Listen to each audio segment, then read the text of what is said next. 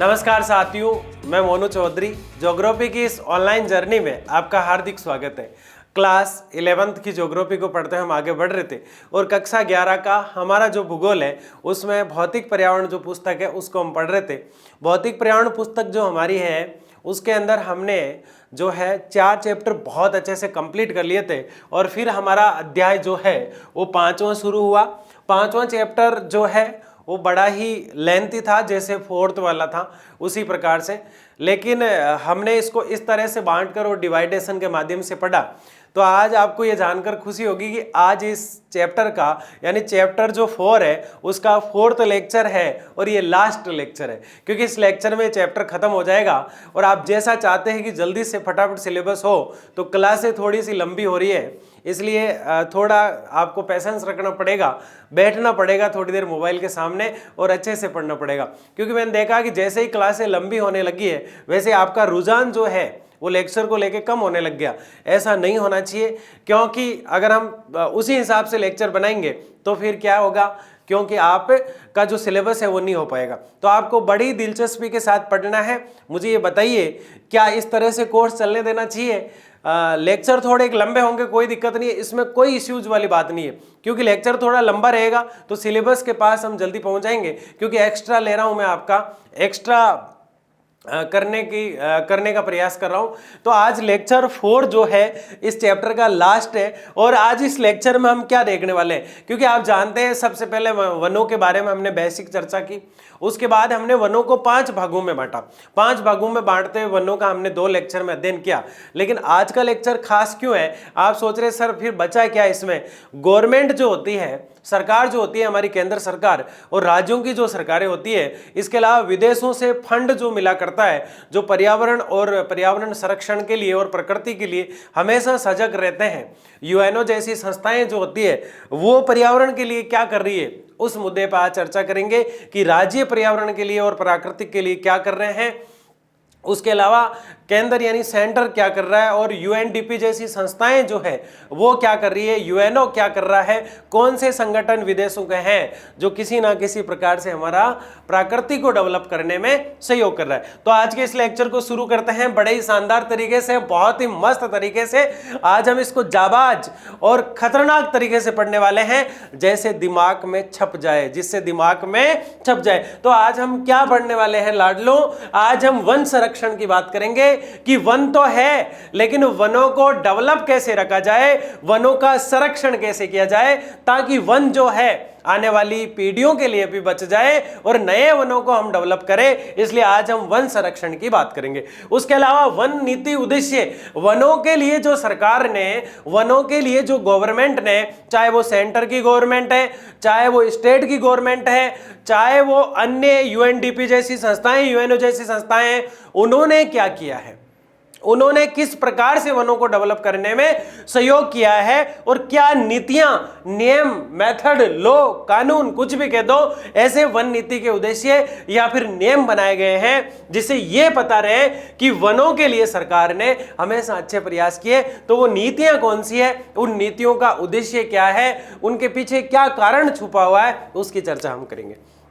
उसके बाद हम सामाजिक वानिकी की बात करेंगे। सामाजिक वानिकी का मतलब क्या है? वन इस तरह से डेवलप करेगी सरकार, वनों का निर्माण सरकार इस प्रकार से करेगी। कुछ वन जो होंगे, अधिकतर वन जो होंगे वो समाज के लिए, ग्रामीणों के लिए, शहर के लोगों के लिए फल फूलों का और उत्पादन का काम भी करेंगे और पर्यावरण संरक्षण का काम भी करेंगे। तो इसको सामाजिक वानिकी के नाम से जाना जाता है। इसको हम बहुत डिटेल से देखने वाले। उसके बाद हम फार्म वानिकी की बात करेंगे, यह भी बड़ा इंटरेस्टिंग है, इससे जुड़ा हुआ है। उसके बाद हम वन्य प्राणी संरक्षण के लिए क्या नियम बने हैं, जंगल में जो वन्य जीव होते हैं वो किस प्रकार रहते हैं और उनके संरक्षण के लिए, उनकी सुरक्षा के लिए, उनके लिए कितनी सजगता जो है वो सरकार ने दिखाई है, इस मुद्दे पर हम बात करेंगे। फिर हम जैव मंडल नीचे देखेंगे। जैव मंडल नीचे का मतलब यह है लाडले, ऐसे क्षेत्रों का अध्ययन करने वाले हैं जिसको सरकार ने संरक्षण दिया है, जिसको सरकार ने सुरक्षा दी है और उस क्षेत्र को नीचे घोषित कर दिया। यानी ऐसा क्षेत्र जो पर्यावरण के लिए बहुत महत्वपूर्ण माना जाता हो, वन्य जीवों के लिए बहुत महत्वपूर्ण माना जाता हो, वो जीव मंडल नीचे कहलाता है। इसको हम डिटेल से पढ़ने वाले हैं। ये टोटल 18 होते हैं, जिसमें से 4-5 हमें डिटेल से पढ़ने हैं, बाकी के आपको नाम और राज्य याद करने। एक शानदार सारणी है, अंत में आने वाली, लास्ट में आने वाली, तो हमें इसको बहुत अच्छे से, बहुत ही शानदार तरीके से आज का लेक्चर होने वाला है। एक बार कमेंट बॉक्स में जाबाज तरीके से जय हिंद लिख दीजिएगा, जिससे जोश और जुनून आपका बढ़ जाता है। आज के इस लेक्चर को हम शुरू करते हैं। आज के इस लेक्चर में क्या है, सबसे पहले वन संरक्षण की बात कर रहे हैं। सबसे पहले वनों का संरक्षण करना है लाडले। सबसे पहले किसका संरक्षण करोगे? सबसे पहले वनों का संरक्षण करोगे। सर आगे आके क्या बाहर निकालोगे हमें कैमरे से? ऐसा नहीं है, आगे आके बाहर नहीं निकालना है, लेकिन अगर नहीं पढ़े तो कैमरे में से बाहर निकालूंगा, है ना। देखिए कैसे वन संरक्षण की बात हम कर रहे हैं। वनों का जीवन और पर्यावरण के साथ जटिल संबंध है। वन जो होते हैं, क्या होते हैं लाडले? वन जो होते हैं वो हमारे जीवन और पर्यावरण के साथ जटिल संबंध रखते हैं। वन जो है वो जीवन यानी मानव का जो जीवन है उसके साथ, और चारों ओर का आवरण ही पर्यावरण है। चारों ओर का आवरण क्या कहलाता है लाडले? चारों ओर का आवरण, चारों ओर का आवरण क्या कहलाता है? चारों ओर का आवरण जो है वो पर्यावरण कहलाता है। तो चारों ओर के आवरण से क्या तय होता है? मानव का जीवन। और चारों ओर का आवरण किससे तय होता है? वनों का अच्छा होना बहुत ही जरूरी है। मैं तेज इसलिए बोल रहा हूं क्योंकि बाहर कुछ आवाजें हैं, कुछ कंस्ट्रक्शन का काम चल रहा है, इसलिए मुझे ऐसा लगता है कि आपको डिस्टर्ब नहीं होना चाहिए, इसलिए मैं थोड़ा तेज आवाज में बोल रहा हूं। आज क्या कर रहा हूं मैं? तेज आवाज में बोल रहा हूं। तो वनों का जीवन और पर्यावरण के साथ जटिल संबंध है। क्या है? जटिल संबंध है। कैसा संबंध है? कठिन संबंध है, शानदार संबंध है, मस्त वाला संबंध है। वन जब नहीं होंगे तो जीवन कहां से आएगा?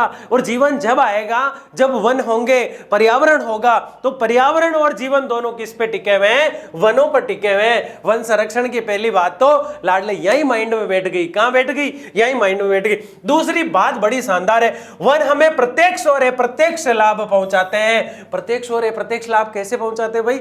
वन हमें प्रत्यक्ष और अप्रत्यक्ष लाभ कैसे पहुंचाते हैं? Come on fast come on. वन जो है प्रत्यक्ष लाभ हमें इस प्रकार पहुंचाते हैं, अरे हमें फल देते हैं, अरे हमें फूल देते हैं, हमें खाने की चीजें देते हैं। कई वन हमें गोंद दिया करते हैं, जैसे हम सर्दियों में लड्डू खा रहे थे। क्या खा रहे थे? लड्डू खा रहे थे। कई जो लकड़ियां देते हैं जिनसे दरवाजे बना करते हैं। कई प्रकार की पत्तियां होती है जिससे आयुर्वेदिक जड़ी बूटियां, कई प्रकार की खाल होती है जिसे आयुर्वेदिक जड़ी बूटियां बना करती है जो बीमारियों के काम आती है। तो वन हमें बहुत कुछ देते हैं। ये जो कुछ भी देते हैं ये प्रत्यक्ष होता है। कभी भी पूछ ले वनों से प्रत्यक्ष लाभ क्या है जो आपको दिखाई दे रहे हैं। वन हमें क्या देते हैं? फल देते हैं लाडले। और हमें क्या देते हैं? फूल देते हैं। और हमें क्या देते हैं भाई? लकड़ी देते हैं। क्या देते हैं?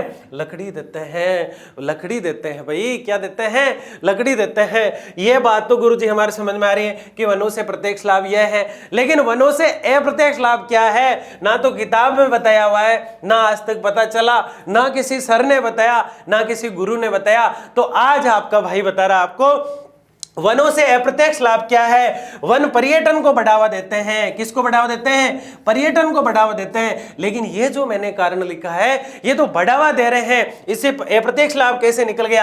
अप्रत्यक्ष लाभ जानिए लाडले। वनों से जो मिट्टी होती है जिसे हम मृदा कहते हैं, इसको हम अगले लेक्चर में पढ़ने वाले हैं। और कल से आपका अगला लेक्चर क्या हो जाएगा? शुरू हो जाएगा। मृदा जो है वो कहां से मिलती है? वनों से नहीं मिलती है। लेकिन मृदा जब बहने लगती है, उसको बारिश में कोई बहने से रोकता है तो मृदा अपरदन रोकता है। मृदा अपरदन होता है वो, और उसको वन रोका करते हैं। कौन रोका करते हैं? जब बहुत ज्यादा बारिश आ जाती है, जब बहुत ज्यादा बारिश आ जाती है उस समय जो पानी का बहाव जो होता है उसके साथ मिट्टी बहने लग जाती है, जिसको हम जलोढ़ मिट्टी कह रहे थे। जिसको हम क्या कह रहे थे? जलोढ़ मिट्टी कह रहे थे। तो वो जलोढ़ मिट्टी जो बहा करती है, वो जलोढ़ मिट्टी जो चला करती है, उस जलोढ़ मिट्टी के कारण जो है और जलोढ़ मिट्टी जब जाएगी, जब मृदा का अपरदन होगा, तो वो तो अच्छी बात है कि उस क्षेत्र में वो उपजाऊ बन जाती है, लेकिन ये गंदी बात है, ये बुरी बात है कि जिस क्षेत्र से वो जा रही है वहां का तो उपजाऊपन खत्म हो जाता है, तो वहां कोई बहने से रोकता है तो वनों का अप्रत्यक्ष लाभ है, वन मृदा यानी मिट्टी के अपरदन को रोका करते हैं। दूसरा सबसे एक बड़ा कारण, वर्षा को लाने का काम अगर कोई करता है, बारिश को लाने का काम अगर कोई करता है, तो वो वन करते हैं। कौन करते हैं? वन करते हैं। इसके अलावा अभयारण्य जो होते हैं वो वनों में होते हैं, वन्य जीवों के संरक्षण का केंद्र होता है ये, तो वनों के अप्रत्यक्ष लाभ इस प्रकार से होते हैं। कैसे होते हैं? अप्रत्यक्ष लाभ इस प्रकार से होते हैं। दूसरा पॉइंट, दोनों पॉइंट आपको बहुत अच्छे से जहां तक मुझे पता है समझ में आ गए। पहला तो वन के बगैर ना जीवन है, और जीवन जब होगा जब पर्यावरण होगा, तो वन के बगैर पर्यावरण भी नहीं होगा। तो वन और पर्यावरण और जीवन दोनों वन पे टिके हुए, दोनों ही इनमें जटिल संबंध है। इसके बाद हमने देखा वनों के प्रत्यक्ष लाभ जो हमने चर्चा कर ली, जो हमें दिखाई दे रहे हैं, फल फूल खाने की चीजें जो है, आयुर्वेदिक जड़ी बूटियां सब कुछ वन देते हैं, तो प्रत्यक्ष लाभ है। अप्रत्यक्ष मृदा के अपरदन को रोकते हैं, बारिश को लाते हैं, वर्षा को लाते हैं, पर्यटन को बढ़ावा देते हैं, आदि अप्रत्यक्ष लाभ हो गए। कैसे हो गए? अप्रत्यक्ष लाभ। वन हमें आर्थिक व सामाजिक लाभ पहुंचाते हैं, कोई डाउट नहीं है लाडले। आर्थिक और सामाजिक लाभ कैसे पहुंचाते हैं? शहर शहरनियों, हमें वन आर्थिक और सामाजिक लाभ इस प्रकार से पहुंचाते हैं।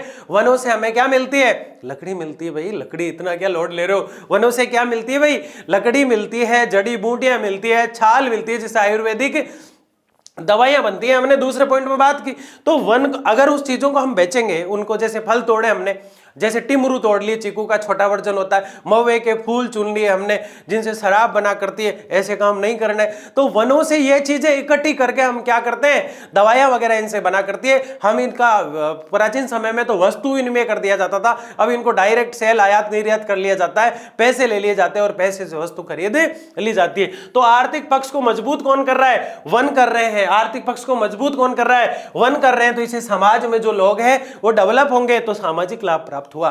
वनों से पैसा आ रहा है, आर्थिक लाभ हो रहा है, और वो किसको आ रहा है? परिवार को आ रहा है, समाज को आ रहा है, इसलिए सामाजिक लाभ पहुंचाते हैं। वन क्या पहुंचाते हैं? सामाजिक लाभ। एक नाम मैंने अभी कुछ देर पहले लिया लाडले कि वस्तु विनिमय किया करते थे। वस्तु विनिमय का मतलब होता है वस्तु के बदले वस्तु दी जाती थी पहले। जैसे आपको चाय बनानी है, मेरे पास चाय है, आपके पास शक्कर है, मुझे भी चाय पीनी है, आपको भी चाय पीनी है, लेकिन अपने अपने घर में पीनी है, दूध दोनों के पास पड़ा है, तो क्या करेंगे? आप मुझे थोड़ी सी चाय दे देंगे, उसके बदले में आपको, मेरे पास चाय थी ना यार, मैं चाय कैसे दे दूंगा, मैं आपको चाय दे दूंगा, आप मुझे शक्कर दे देंगे। अदला बदला, अदला बदला, आदान प्रदान, है ना, आदान प्रदान, इंपोर्ट एक्सपोर्ट जिसे आयात निर्यात कहते हैं, वो वस्तु के बदले वस्तु में हुआ करता था, और इसी चीज को पहले वस्तु विनिमय कहा जाता था। ये प्राचीन समय की बात है, जब हमारे बुजुर्ग पूर्वजों के पास पैसा नहीं हुआ करता था, उस समय की बात मैं बता रहा हूं। तो 3 पॉइंट आपको बहुत शानदार तरीके से समझ में आ गए। अगले 2 पॉइंट बड़े शानदार हैं और सीधे याद करने वाले हैं। जैसे मैं बताऊं, सीधा स्थायी मेमोरी में डाल लेना। किस में डाल लेना? स्थायी मेमोरी में। वन संरक्षण नीति, वनों के संरक्षण के लिए, किसकी बात कर रहे हैं? वनों को संरक्षण देने के लिए, वनों को सुरक्षा देने के लिए, वन की बनावट और संरचना को बदलने के लिए, वन के बारे में संज्ञान लेने के लिए, और वनों के बारे में गहन चिंतन करने के लिए एक कमेटी बनेगी। क्या बनेगी? कमेटी बनेगी। और उस कमेटी ने जो नियम बनाए वो 1952 में लागू हुए, इसलिए इसे वन संरक्षण नीति 1952 कहा जाता है। कभी भी कोई भी पूछ ले कि वनों के लिए पहली बार कब सोचा गया, तो वो आजादी के बाद सोचा गया, क्योंकि चीड़ और देवदार जैसे वनों को तो अंग्रेजों ने काट दिया था पहले, तो भारत में वनों की वैसे अल्पता हो गई थी। जब देश आजाद हुआ तो सबसे बड़ी समस्या थी कृषि का विकास कैसे किया जाए, भारत में सब रोजगार को कैसे बढ़ाया जाए। तो उस समय के पंडित जवाहरलाल नेहरू जो थे, उन्होंने शानदार डिसीजन लिए, और उसमें एक डिसीजन ये भी था कि वन संरक्षण नीति 1952 लागू की जाए, जिससे वनों का संरक्षण किया जाए, और उसमें सामाजिक वानिकी और फार्म वानिकी हम पढ़ने वाले वो चीजें लाई गई। लेकिन फिर वनों के बारे में अनदेखा कर दिया गया, फिर वनों के बारे में सोचा ही नहीं गया।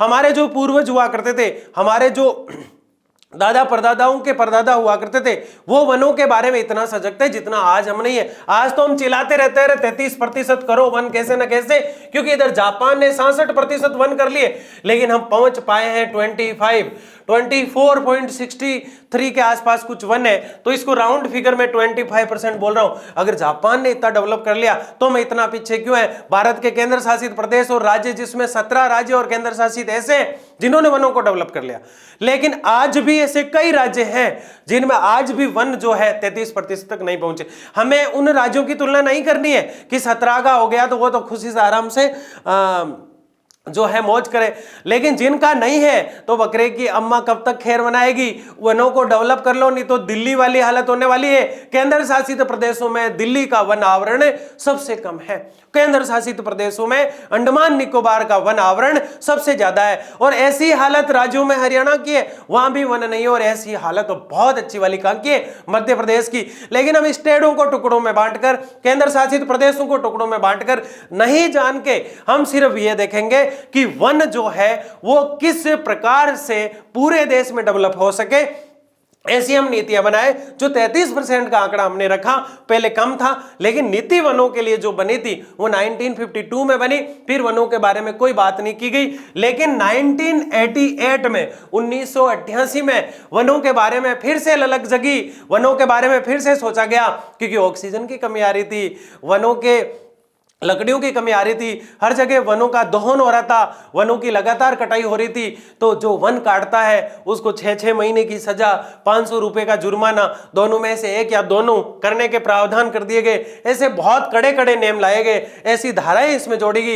एक अलग से छोटा कॉन्स्टिट्यूशन इसके लिए। भारत में जो कॉन्स्टिट्यूशन है वो तो अम्बेडकर की देन है, और भारत के बड़े बड़े जो लीडर उस समय क्रांतिकारी हुए उनका खींचा हुआ है। लेकिन 1988 में वनों के लिए अलग से नियम बनाए गए, जो भारतीय कॉन्स्टिट्यूशन में रहते हुए अपने सिद्धांतों को चलाने का काम करेंगे। ये कब बने, बदलाव कब हुए? 1988 में। तो मैं उम्मीद करता हूं कि जो पहली स्लाइड आपको दिख रही है ये आपको बहुत अच्छे से समझ में आ गई। एक बार इसका फासली क्विक रिवीजन की अगर हम बात करें, क्रैश रिवीजन की अगर बात करें, तो सीधा सीधा वन जो है उनसे जीवन डेवलप होता है, और जीवन पर्यावरण से डेवलप होता है। तो जीवन और पर्यावरण जो है वनों से डेवलप है। वन हमें आर्थिक और सामाजिक लाभ पहुंचाते हैं, वन हमें प्रत्यक्ष और अप्रत्यक्ष लाभ पहुंचाते हैं। पहली बार वनों के बारे में 1952 में सोचा गया, लेकिन और ज्यादा विस्तृत चर्चा वनों के बारे में, कठोर नियम बनाए गए। जो वन का दोहन करता है, जो वनों का काटता है, वो 1988 में बनाए गए। वनों के बारे में जब पूरा विश्व वे ही नहीं जाना करता था, उस समय भारतीय लोग वनों के बारे में सजग हो गए थे। देखिए आगे, वन प्रबंधन में बदलाव। वनों के बारे में क्या कहा हमने? वनों के बारे में जब भारतीय लोग वे नहीं जाना करते थे, पूरा वर्ल्ड वे नहीं जाना करता था, उस समय भारत के लोग जानने लग गए थे, पूरा संसार नहीं जानता था। फिर से बता रहा हूं, वनों के बारे में सिर्फ वे ही नहीं जाना करते थे, जब पूरे संसार के लोग, पूरे वर्ल्ड के लोग, पूरे विश्व के लोग, उस समय भारत में बहुत बड़े वनों के लिए बदलाव हो गए। आपको एक छोटी सी कहानी बताता हूं। राजस्थान का एक जोधपुर जिला पड़ता है। कौन सा जिला पड़ता है? जोधपुर। यहां एक गांव है जिसका नाम है खेजड़ली। क्या नाम है? खेजड़ली। इसकी बड़ी इंटरेस्टिंग कहानी है खेजड़ली की। वनों के लिए लोग कहां क्या क्या कर गए, ये आज भी किताबों में नहीं पढ़ाया जाता। ये हमारे देश की विडंबना है, ये हमारे देश के लिए बड़ी दुख की बात है। आज तो एक पुरस्कार दिया जाता है, अमृता देवी पुरस्कार राजस्थान के अंदर, उसमें हम देखें तो अब भारत सरकार जो है वनों के लिए सही मायने में काम कर पाई है। एक समाज का नाम आपने सुना होगा जिसको विश्नोई समाज कहते हैं। ये वनों के लिए सब कुछ त्याग देता है, ये वनों के लिए अपनी जान तक दे देता है। 20+9 जाम्बोजी जो है वो इनके आराध्य देव माने जाते हैं। 20+9 से बना बिश्नोई, और इन्होंने हमेशा वैसे वन्य जीवों के लिए काम किया और वैसे वनों के लिए काम किया। वन्य जीव और वनों के लिए समर्पण वाली अगर कोई जाति है तो ये जाति है। ये हमेशा वनों के लिए काम कर रही है। कैसे कह सकते हैं सर आप, ये ऐसा क्या कर दिया इस जाति ने? तो सुनिए, सबसे पहले हिरण को ये बच्चों की तरह पाला करते हैं। हिरण को जो वहां की महिलाएं होती है वो दूध बच्चे की तरह पिलाया करती है। और ये आप गूगल वगैरह पे इमेज दे सकते हो, वन संरक्षण में विश्नोई, तो आप देखोगे तो विश्नोई समाज हमेशा समर्पण का प्रतीक रहा है। कैसे रहा, इस पे एक छोटी सी चर्चा। जोधपुर का खेजड़ली गांव, यह एक राजा हुआ करते थे, अभय सिंह। बड़ी इंटरेस्टिंग बात है, अभय सिंह के जो एक मंत्री हुआ करते थे, राजा थे, 1724 के आसपास की बात बता रहा हूं मैं आपको। जोधपुर के राजा अभय सिंह के दरबार में एक मंत्री थे जिनका नाम था गिरधारी दास। अब पहले, आज भी देखो, किसी के कोई कांस्टेबल भी अगर जान पहचान का है तो 4 फीट जमीन से ऊपर चलता है। तू जानता है मैं कौन हूं? कौन है भाई? मेरे दादा ये हैं, मेरे परदादा ये हैं, मेरे ब्याई जी ये हैं, मेरे वो ये लगते हैं, मेरे फूफासा जो है चीफ मिनिस्टर के गाड़ी चलाते हैं, इस तरह अपनी पहचान बताते हैं। उनसे एक ही सवाल रहता है, आप क्या है? मैं कुछ भी नहीं हूं, मैं बस उनकी तारीफ करते घूमता हूं। 4-5 व्हाट्सएप के ग्रुप बना रखे मैंने, मैं उनका एडमिन हूं। इस तरह की चर्चाएं हम समाज में सुनते आए। लेकिन अभय सिंह के जो गिरधारी दास मंत्री है वो भी ऐसे ही थे, उनको बहुत एटीट्यूड था। राजा के दरबार में जो लोग रहा करते थे प्राचीन समय में, वो आज मंत्री की गाड़ी चलाते हैं, वो जितना एटीट्यूड रखते हैं उसी प्रकार से रखा करते थे। तो इनमें भयंकर जो है एटीट्यूड था। अभय सिंह ने इन्हें आदेश दिया 1724 के आसपास कि गिरधारी दास जाओ पास के गांव से कुछ लकड़ियां लेके आओ, जिससे क्या है हम मेहरानगढ़ जो किला, जोधपुर का सबसे बड़ा किला है मेहरानगढ़, राजस्थान का मेहरानगढ़। वन संरक्षण की बात मैं बता रहा हूं, इससे बहुत कुछ सीखेंगे आप। सर साटे रूख मिले तो भी सस्तो जान, यानी कि राजस्थान में कहावत है, सर देने के बदले, सिर कटने के बदले आपको अगर एक पेड़ मिल जाए तो भी उसको सस्ता जान, तो भी उसको सस्ता जान। इतनी बड़ी बात कही गई है राजस्थान के कल्चर में, और हर राज्य के कल्चर में भी ये बातें सुनने को मिलती है। तो जैसे ही गिरधारी दास जो है उनको आदेश मिला तो मेहरानगढ़ किले के लिए लकड़ी चाहिए थी। आज तो घर सीमेंट से बना करता है, पहले चूना से बना करता था, जिसको लाइम कहा जाता था। ये लाइम बनाने के लिए लकड़ी की जरूरत होती थी। तो लकड़ी के लिए गिरधारी दास क्या करते, एक गांव में चले जाते। एक गांव में जाते, उस गांव का ही नाम होता है खेजड़ली। उस गांव का नाम क्या है? क्योंकि वहां खेजड़ी के वृक्ष जो होते हैं वो बहुत ज्यादा थे। खेजड़ी के वृक्ष प्रोसेसिस सिनेरिया, इसको वैज्ञानिक नाम है। खेजड़ली जो है वहां खेजड़ियों के पौधे बहुत ज्यादा थे, बहुत पेड़ थे। अब यहाँ विश्नोई समाज जो थे, जैसे ही वो वन काटने लगे, हरे भरे वनों को ये गिरधारी दास जो है काटने लग गया। तो एक व्यक्ति आया जिसका नाम था रामोजी। रामोजी ने आके कहा, भाई ये क्या कर रहे हो तुम, हरे भरे वनों को काट रहे हो, ये हमारी औलाद है, ये हमारी संतान है, हमने इन वनों को औलाद की तरह पाला है, हमने इन वनों को इस तरह से डेवलप किया है कि कोई ऐसे आके काट जाएगा, चाहे वो राजा हो, चाहे महाराजा हो, चाहे मंत्री हो, चाहे कुछ भी हो, ऐसे कैसे गिरधारी दास जी आप काट सकते? तो गिरधारी दास ने कहा, नहीं, मैं आपकी बात को समझता हूं, लेकिन वन में काट के ले जाऊंगा चाहे कुछ भी हो जाए। तब तक इनकी वाइफ आ जाती है, और उसका नाम इतिहास में बड़े ही सम्मान के साथ लिया जाना चाहिए, जिसका नाम है अमृता। जिसका नाम क्या है? अमृता देवी। जब तक अमृता देवी आ जाती है, अमृता देवी आके कहती है कि सिर साटे रूख मिले तो भी सस्तो जान। अगर सिर देने के बदले भी हमने हमारे वनों को बचा लिया। सारी महिलाओं को संबोधित करते हुए कहती है कि सिर साटे रूख मिले तो भी सस्तो जान। अगर सिर देके मेरी बहनों हमने इस खेजड़ली गांव में इन खेजड़ियों को बचा लिया, तो इतिहास में हमारा नाम इस प्रकार से लिया जाएगा कि हमेशा हमें याद किया जाएगा। और दूसरी बात, वनों को हमने बेटे बेटी की तरह पाल पोस के बड़ा किया है, और हम विश्नोई समाज से हैं, और विश्नोई समाज ने तो हमेशा वे प्लस वन्य जीवों के लिए और वे फॉर वन संरक्षण के लिए अपनी जान तक दी है। तो आज हम जान की बाजी लगा देंगे। एक नहीं दोस्तों, दो नहीं, रामू जी की दोनों बेटियां, एक लड़का, और अमृता देवी के साथ 363 महिलाओं ने पेड़ों के लिपट के अपनी जान दे दी। वो लिपटती रही पेड़ों के, और गिरधारी दास जो सामंत और मंत्री था, वो सैनिकों को आदेश देके उनके सिर कटाते रहा। इतने बड़ी महिलाएं जो है, इतनी संत महिलाएं जो है, वो भारत की इस भूमि पर हुई है। तो वन संरक्षण के बारे में जब दुनिया वह नहीं जाना करती थी, जब मोदी जी का एक भाषण था खेजड़ली जोधपुर में, तब उन्होंने अमृता देवी की बात की कि जब दुनिया पूरे संसार की वह नहीं जाना करती थी, उस समय भारत इतना डेवलप हो गया था। तो अमृता देवी के लिए एक लाइक और शेयर तो बनता ही है। देखो कितनी शानदार मिसाल दी है पूरे भारत को। आज इन पे पुरस्कार भी मिलता है, जो हर साल मिला करता है। लगभग 50,000 रुपए मिला करते हैं, जो वनों के लिए अच्छा काम करता है। आप में से कोई ज्यादा वन डेवलप कर ले तो मुझे बताना, क्योंकि 50,000 रुपए पुरस्कार दिया जाता है इसमें।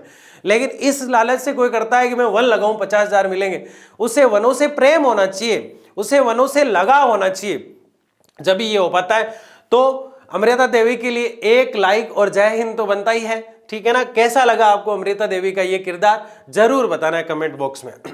तो वनों के लिए इतना कुछ किया है, तो वन संरक्षण जरूरी है। क्यों? क्योंकि वन हमें प्रत्यक्ष लाभ देते हैं, वन हमें अप्रत्यक्ष लाभ देते हैं। वनों से पर्यावरण है, वनों से जीवन है। वनों के लिए 1952 में सोचा गया, वनों के लिए बदलाव की नीति के साथ वनों को काटने पर, दोहन पर कठोर प्रबंध किए गए 1988 में। कब किए गए? 1988 में। ऐसा क्या करें इस बदलाव में? 1988 में क्या बदलाव लाया गया? 1988 में यह कहा गया सत पोषणीय वन प्रबंध किया जाए, यानी वनों के लिए, वनों के साथ वनों का 100% विस्तार हो और दुनिया और पब्लिक और समाज और देश को, राज्यों को, केंद्र शासित प्रदेशों को हमेशा पोषण मिलता रहे। तो 100% पोषण की बात हुई, 100% पोषण वनों से लोगों को मिले, ऐसा हम कुछ काम करें। तो नीतियां बनाएगी, तो वन संरक्षण व विकास के लिए और मानव की आवश्यकताओं को पूरा करने के लिए 100% वनों के विकास की बात कही गई। कब कही गई लाडले? तो 1988 में। वन नीति कब बनी ये आप सब जानते हैं, मैंने अभी बताया। 1988 में वनों का 100% विकास कैसे हो पाए, वन 100% डेवलप कैसे हो पाए, इसके लिए नीति बनाने की बात चली। तो इसमें दो मुद्दे रखे गए कि वन संरक्षण कैसे किया जाए, सबसे पहली बात यह थी, और संरक्षण करने के बाद उनका विकास कैसे लंबे समय तक चले। वैसे पहले वनों का विकास होना चाहिए और फिर संरक्षण होना चाहिए। तो हम इसको भी कह सकते हैं वनों का विकास करके उनके संरक्षण की बात रखी गई, और उसे समाज को कैसे लाभ हो, ताकि समाज में थोड़ा लालच आए और फिर वनों के प्रति प्रेम बने, इसलिए मानवीय आवश्यकताएं जो है उनको भी पूरा कर पाए। तो क्या करेंगे? 1988 में यह कहा गया कि जैसे रेलवे ट्रैक है, खाली पड़ा है, वहां वन लगा दो। खेल का कोई मैदान है, उसके आसपास वन लगा दो। इससे मानव की जरूरतें भी पूरी होगी। कोई उद्यान है, उसमें वन लगा दो। कोई खाली बंजर भूमि का क्षेत्र पड़ा है, उसमें वन लगा दो।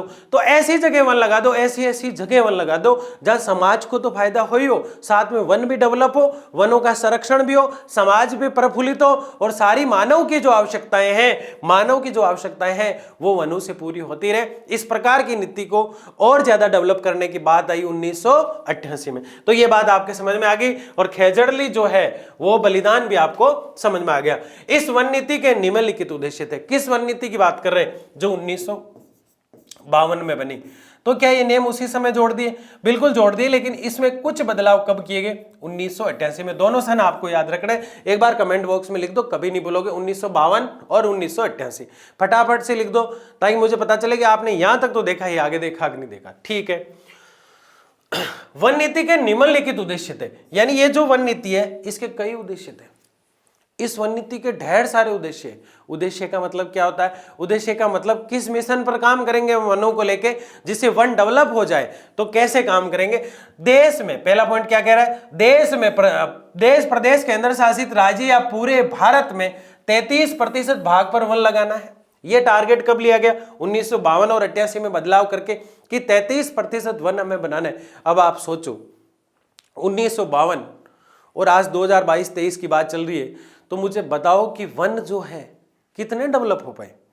क्या भारत आजाद हुआ? बिल्कुल भी नहीं थे। 17, 18, 20% तो होंगे। आज हम 25 तक पहुंचे, लेकिन आज भी हम वनों के बारे में बिल्कुल भी सजग नहीं है। और वनों के बारे में इतना पढ़ने के बाद आज ये चैप्टर खत्म होने की ओर है। तो आपका दायित्व क्या बनता है? आपका कर्तव्य, आपकी ड्यूटीज ये बनती है कि प्रत्येक बच्चा एक वन लगाए। और ये वादा करोगे आप मेरे से, एक बच्चे को वन नहीं कह के उसको पेड़ कह सकते हैं, एक बच्चा एक पेड़ लगाए। क्या प्राकृतिक वन वही वन होते हैं जो सामाजिक वन होते हैं? बिल्कुल नहीं, वो थोड़े अलग होते हैं। देश में 33% भाग पर वन लगाना है, जो वर्तमान राष्ट्रीय स्तर से 6% अधिक है। यानी अभी हम देखें तो हमें 6% डेवलप और करने हैं। कितने? 6%। जब उसके आसपास पहुंचेंगे, हम क्या पहुंचेंगे? 33% के आसपास। ठीक है। दूसरा पॉइंट कह रहा है पर्यावरण संतुलन बनाए रखना तथा पारिस्थितिक असंतुलित क्षेत्रों में वन लगाना। पर्यावरण संतुलन बनाए रखना तथा पारिस्थितिक यानी इकोसिस्टम असंतुलित क्षेत्रों में वन लगाना। यह कह रहा है कि वन इस प्रकार से लगाना है हमें ताकि हमारे पर्यावरण का संतुलन बना रहे, पर्यावरण हमारा डेवलप होता रहे, पर्यावरण का विकास होता रहे, पर्यावरण को कहीं भी किसी भी प्रकार की परेशानी नहीं आए। क्योंकि अगर पर्यावरण को दिक्कत आई तो पहले पॉइंट में हमने पढ़ा था जीवन को दिक्कत आ जाएगी। किसको दिक्कत आ जाएगी? जीवन को दिक्कत आ जाएगी। और वन जो है उसी पे डिपेंड है, जीवन और पर्यावरण दोनों। इसलिए वनों को इस प्रकार से डेवलप करना है, इकोसिस्टम का ध्यान रखा जाए, जीवों का ध्यान रखा जाए, उस आधार पर वनों को सेट करना है। इकोसिस्टम यानी जीवों के बारे में सोचते हुए। ये 2 पॉइंट आपको बहुत अच्छे से समझ में आ गए। 33% होने चाहिए, 6% अभी भी हम कम चल रहे हैं। अब आप जोड़ेंगे कि सर 25 आप बता रहे हो, तो फिर उस हिसाब से तो 8 के आसपास होते हैं, आप 6 कैसे बता रहे हो? तो ये एक एग्जिट आंकड़ा नहीं है। मतलब माना गया कि अभी हम 6% पीछे चल रहे हैं। फिर हमने कहा पर्यावरण संतुलन होना चाहिए, समाज का विकास होगा, वनों से प्रत्यक्ष और अप्रत्यक्ष लाभ बढ़ेंगे, वन होने चाहिए। ऐसी नीतियां सरकार बनाए, 1952 में बनाई थी, 1988 में और उन्हें डेवलप किया गया। तीसरा पॉइंट क्या कह रहे हैं? देश की प्राकृतिक धरोहर, जैव विविधता तथा आनुवंशिक पुल का संरक्षण किया जाए। देश की प्राकृतिक धरोहर, वनों के साथ देश की प्राकृतिक धरोहर क्या है? जैसे ताजमहल हो गया, ये सब कुछ हो गया, तो वहां इतनी हरियाली किया जाए कि लोगों को वनों से प्यार हो। लोगों को वनों से क्या हो? प्यार हो। लोगों को वनों से जब प्यार होगा तो वन संरक्षण बढ़ेगा। वन संरक्षण बढ़ेगा तो वनों की अधिकता बढ़ेगी। वनों के प्रति जब तक लोगों का लगाव नहीं होता, तब तक जो है प्राकृतिक धरोहर जो है वो भी डेवलप अच्छे से नहीं रह सकती, सुंदरता बढ़ जाती है। तो देश की प्राकृतिक धरोहर जितनी भी है, उनके आसपास क्या होना चाहिए? वन होने चाहिए। जैसे हमने देखा ना, जापान की एक टेक्नोलॉजी है, क्या है, जो हम कहां लागू कर रहे हैं? नोएडा में लागू कर रहे हैं। क्योंकि दिल्ली के एक तरफ पड़ता है गुड़गांव और दिल्ली के एक तरफ पड़ता है नोएडा। नोएडा जो है वहां को हमने इस प्रकार से डेवलप किया है ताकि गुड़गांव वाली स्थिति ना हो, क्योंकि गुड़गांव का जाम हमेशा फेमस है, बहुत प्रसिद्ध है, बहुत ज्यादा ट्रैफिक हो जाता है। तो हमने क्या किया, जापान की तकनीकी पर वहां स्ट्रक्चर बनाया सड़कों का। एक सड़क इधर होगी इस प्रकार से, दूसरी सड़क इस प्रकार से होगी। अब ये दोनों सड़कें बीच में जो है यहाँ वन लगा दिए जाएंगे, एक तरफ से जाने वाले जाएंगे, एक तरफ से आने वाले, फिर यहाँ वन लगा दिए जाएंगे और ठीक है यहाँ और वन, फिर यहाँ सड़कें होगी, जो जिन लोगों को सिटी में जाना है वो सिटी में चले जाएंगे, इधर वाले इधर सिटी में, यहाँ से कट लगाए जाते हैं बीच में से, तो यहाँ से घुस सकते हैं। इसके अलावा 200 फीट तक, कितना, 200 फीट तक इस तरफ और 200 फीट तक इस तरफ कोई भी कंस्ट्रक्शन नहीं होगा, कोई भी निर्माण कार्य नहीं होगा। इससे वन जो है वो भी डेवलप हो जाते हैं और देश के बीचों बीच जगह भी बच जाती। जब कभी सड़क को बढ़ाना हो तो इधर हम बढ़ा सकते हैं। ये बात आपके समझ में आ गई। लेकिन जैव विविधता वैसे मैंने आपको बताई, जैव विविधता को अगर वनों के रूप में हम देखें, इसका अलग अलग जगह अलग अलग अर्थ निकल जाया करता है, लेकिन वनों के रूप में अगर जैव विविधता को हम देखें तो इसका सीधा सीधा अर्थ होता है, जैसे एक ही वन है, एक ही फल है या एक ही सब्जी है, लेकिन उसके कई रूप पाए जाते हैं। जैसे बैंगन, बढ़वा बैंगन, बढ़ता वाला बैंगन कुछ अलग होता है, एक अलग बैंगन आया करता है। जैसे शिमला की बात करें, लाल शिमला अलग होती है, हरी शिमला अलग होती है। तो कई तरह की वेराइटीज जो देखने को मिलती है। जैसे बेर होता है, कोई बेर छोटा होता है, कोई बड़ा होता है, तो अलग अलग नाम इसके देखने को मिलते हैं जैव विविधता के तौर पर। आनुवंशिक पुल का संरक्षण किया जाए, जो वन आनुवंशिकता के आधार पर है वो तो चल ही रहे। यहां शब्द क्या आया है? आनुवंशिकता पुल। इसका मतलब क्या है? इसका मतलब है कि कोई वन है जो किसी क्षेत्र में बहुत ज्यादा है, लेकिन वैसा ही क्षेत्र कहीं और है, लेकिन उस वन का बीज यहाँ भेजा नहीं गया है, उस क्षेत्र में वो वन नहीं किया जा रहा है, तो वहां के बीज या पौधों को यहाँ लाकर लगाया जाए ताकि वो यहाँ भी डेवलप हो पाए। क्योंकि देखो, हम 1930-35 से पहले हम कपास के बारे में नहीं जानते थे, तो अंग्रेज थे, कपास लेके आए, तो आज भारत में बहुत आयात में क्या होती है? कपास होती है। बाहर के देश मसालों के बारे में नहीं जानते थे, भारत से सीख के गए, तो कई जगह डेवलप हो जाते हैं और होते भी है। जैसे अभी कई स्टेट में ये चलता है, गंवार पाटा जो होता है उसके लिए लोन दिया जाता है, ऋण दिया जाता है सरकार की तरफ से, ताकि गंवार पाटे की खेती की जाए। इससे क्या, आयुर्वेदिक जड़ी बूटियां मिलेगी और एक हरा भरा सा माहौल बनेगा। तो इस प्रकार से आनुवंशिक पुल संरक्षण होता है। आगे देखिए, मृदा अपर्दन, सॉइल्स, मिट्टी जिसे हम कह सकते हैं, अपर्दन यानी बहाव, मिट्टी का जो बहाव है और जिससे मरुस्थल बन जाता है, उसको अगर रोकना है और बाढ़ व सूखा नियंत्रण करना है तो वन का होना बहुत ही जरूरी है। इसको मैं पूरा पढ़ देता हूं। मृदा अपर्दन और मरुस्थलीय रोकना, मरुस्थलीकरण रोकना तथा बाढ़ व सूखे पर नियंत्रण, ये बहुत इंपॉर्टेंट चीज है। वनों की बात कर रहे हैं हम, किसकी बात कर रहे हैं? वनों की। अगर वन होंगे तो मिट्टी जो है यूं बह रही है पानी के साथ, वो रुक जाएगी, ये कहलाता है मृदा अपर्दन। और मिट्टी अगर बहने से रुक जाएगी तो ये इसी स्थान पर रुक गई, तो यहां जो है सूखापन नहीं आएगा, शुष्कपन नहीं आएगा। क्या नहीं आएगा? सूखापन नहीं आएगा। इसलिए यहां मरुस्थल यानी मिट्टी वाला क्षेत्र नहीं बनेगा। सूखा क्षेत्र नहीं बनेगा, रुक जाता है उससे वनों से, तथा बाढ़ जो है वो भी नहीं आएगी और सूखा जैसी स्थितियां भी नहीं बनेगी। अब आप कहेंगे मिट्टी के बहने और मिट्टी के रुकने से जो है बाढ़ और सूखे पर कैसे नियंत्रण होता है? अगर यहाँ पानी रहेगा तो यहाँ वन लगेंगे, अगर यहाँ वन लगेंगे तो बाढ़ जो है उसको वन रोकेंगे, ज्यादा जाने नहीं देंगे। और वन जो होंगे बारिश लाते हैं, बारिश से जो है अतिवृष्टि होती है तो सूखा तो नहीं पड़ता है, अनावृष्टि तो होता है अकाल, और अतिवृष्टि होती है बारिश का ज्यादा होना, दोनों ही का घातक होती है। लेकिन ज्यादा बारिश आती है तब क्या होता है? ज्यादा बारिश अतिवृष्टि कहलाती है, तो क्या स्थिति हो जाती है? बाढ़ वाली स्थिति हो जाती है। अनावृष्टि जो है कम बारिश होती है, बिल्कुल भी नहीं होती है एक तरह से, जैसे जैसलमेर में कई बार स्थितियां हो जाती है, उसे सूखा पड़ जाता है। वो ला नीनो और अल नीनो जो पड़ा था ना, उसी का प्रभाव है, ज्यादा उसको याद नहीं करेंगे, बड़ी खतरनाक चीज थी। ला नीनो अल नीनो, और मुझे बताना ला नीनो और अल नीनो जेट स्ट्रीम और वायुदाब में से आपको सबसे अच्छा टॉपिक कौन सा लगा? आगे देखिए, निम्नीकृत भूमि पर छोटे छोटे भूमि के टुकड़ों पर, निम्नीकृत भूमि पर छोटे छोटे भूमि के टुकड़ों पर सामाजिक वानिकी। सामाजिक वानिकी का मतलब क्या है लाडले? यही समझ लो इसको, आगे दिक्कत नहीं आए।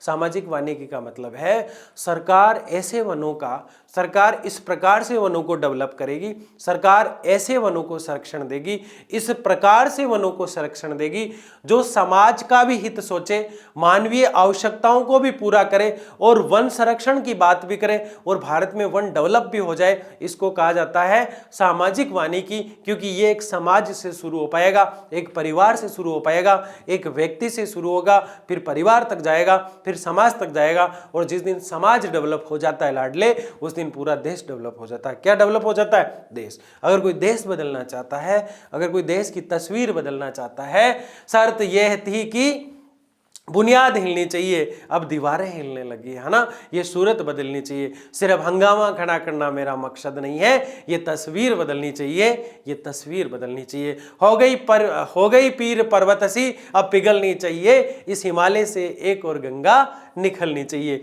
तो अब वनों के बारे में सोचने की बहुत ज्यादा हमें क्या है? जरूरत है। देखिए कैसे, निम्नीकृत भूमि पर सामाजिक वानिकी यानी वन लगाएंगे जो समाज के हित में हो, जो मानव की आवश्यकताओं को पूरा करते हो, जो मानव को संरक्षण देते हो, जो मानव की प्रत्यक्ष और अप्रत्यक्ष आवश्यकताओं को पूर्ति करते हो और भारत में वन क्षेत्र को बढ़ाते हो। ऐसी नीतियां अगर सरकार बनाती है तो उसे सामाजिक वानिकी कहा जाता है। अब डाउट नहीं रहना चाहिए।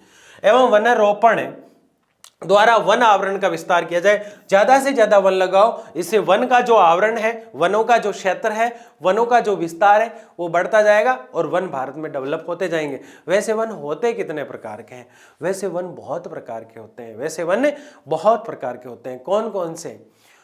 उष्णकटिबंधीय, सदाबहार वन और अर्ध सदाबहार वन। उसके बाद उष्णकटिबंधीय पर्णपाती वन, जिसको हम मानसूनी या पतझड़ वन भी कहा करते हैं। सदाबहार वन जो पहले हमने देखे हैं उसको हम दूसरे नाम से भी जाना करते हैं, विषुवतीय वन। उसके बाद तीसरे नंबर पे आते हैं कांटेदार वन, उष्णकटिबंधीय कांटेदार झाड़ियों वाले, जिनकी हाइट 2 मीटर के आसपास ही हुआ करती है, कभी कभी पत्तियां छोटी हुआ करती है। सदाबहार की चौड़ी हुआ करती है। सीधी सी बात है, जिनको ज्यादा पानी मिलता है वो चौड़ी पत्तियों वाले हो जाते हैं और जिनको कम पानी मिलता है वो छोटी पत्तियों वाले हो जाते हैं, तो झाड़ियों के रूप में आ जाते हैं, तो जलाने के काम आते हैं। सदाबहार दरवाजे, खिड़कियां वगैरह आदि इमारती जो लकड़ियां होती है वो वहां से मिला करती है। उसमें महोगनी और सदाबहार में महोगनी और रोजवुड थे। पतझड़ में ढेर सारी चीजें आ जाती, कत्ता वत्ता शुष्क पतझड़ हमने पढ़े थे। तो पर्णपाती जिसे हम कह रहे हैं। कांटेदार मरुस्थली वाले होते हैं जो सूखे में होते हैं, जिसकी चर्चा हम कर ही रहे हैं, झाड़ियाँ वगैरह। उसके बाद हमने एक महत्वपूर्ण वनों को देखा था जो अति महत्वपूर्ण थे, वेलाचली या अनूप वन जिसे हम कह रहे थे, और जिसका मैग्रोव वन भी नाम था, जिसे गरान वन भी कहा जाता था। एक वन और हमने देखे थे, उसका नाम आपको बताना है क्योंकि मैंने बीच में इसीलिए उसको छोड़ा है। आगे देखिए, वनों की उत्पादकता बढ़ाकर वनों पर निर्भर ग्रामीण जनजातियों को इमारती लकड़ी, ईंधन, चारा और भोजन उपलब्ध करवाना और लकड़ी के स्थान पर अन्य वस्तुओं को प्रयोग में लाना। ये कह रहे हैं, जो 7वां पॉइंट है उसमें ये बताना चाह रहे हैं, वन जो है उनके बारे में ऐसी नीतियां बनाए, लोगों को समझाए ताकि वन का संरक्षण हो पाए, लोगों को बताए वनों से ये आपको प्रत्यक्ष लाभ होने वाले हैं। आज आप वन लगाओ, आपको 10-12 महीने बाद वन बड़ा हो जाएगा। नींबू का पौधा लगाइए, आप नींबू लाइए, आराम से दाल में निचोइए, उसको खाइए, मस्ती से एंजॉय कीजिए, है ना। तो आपको नींबू खरीदने की जरूरत नहीं पड़ेगी।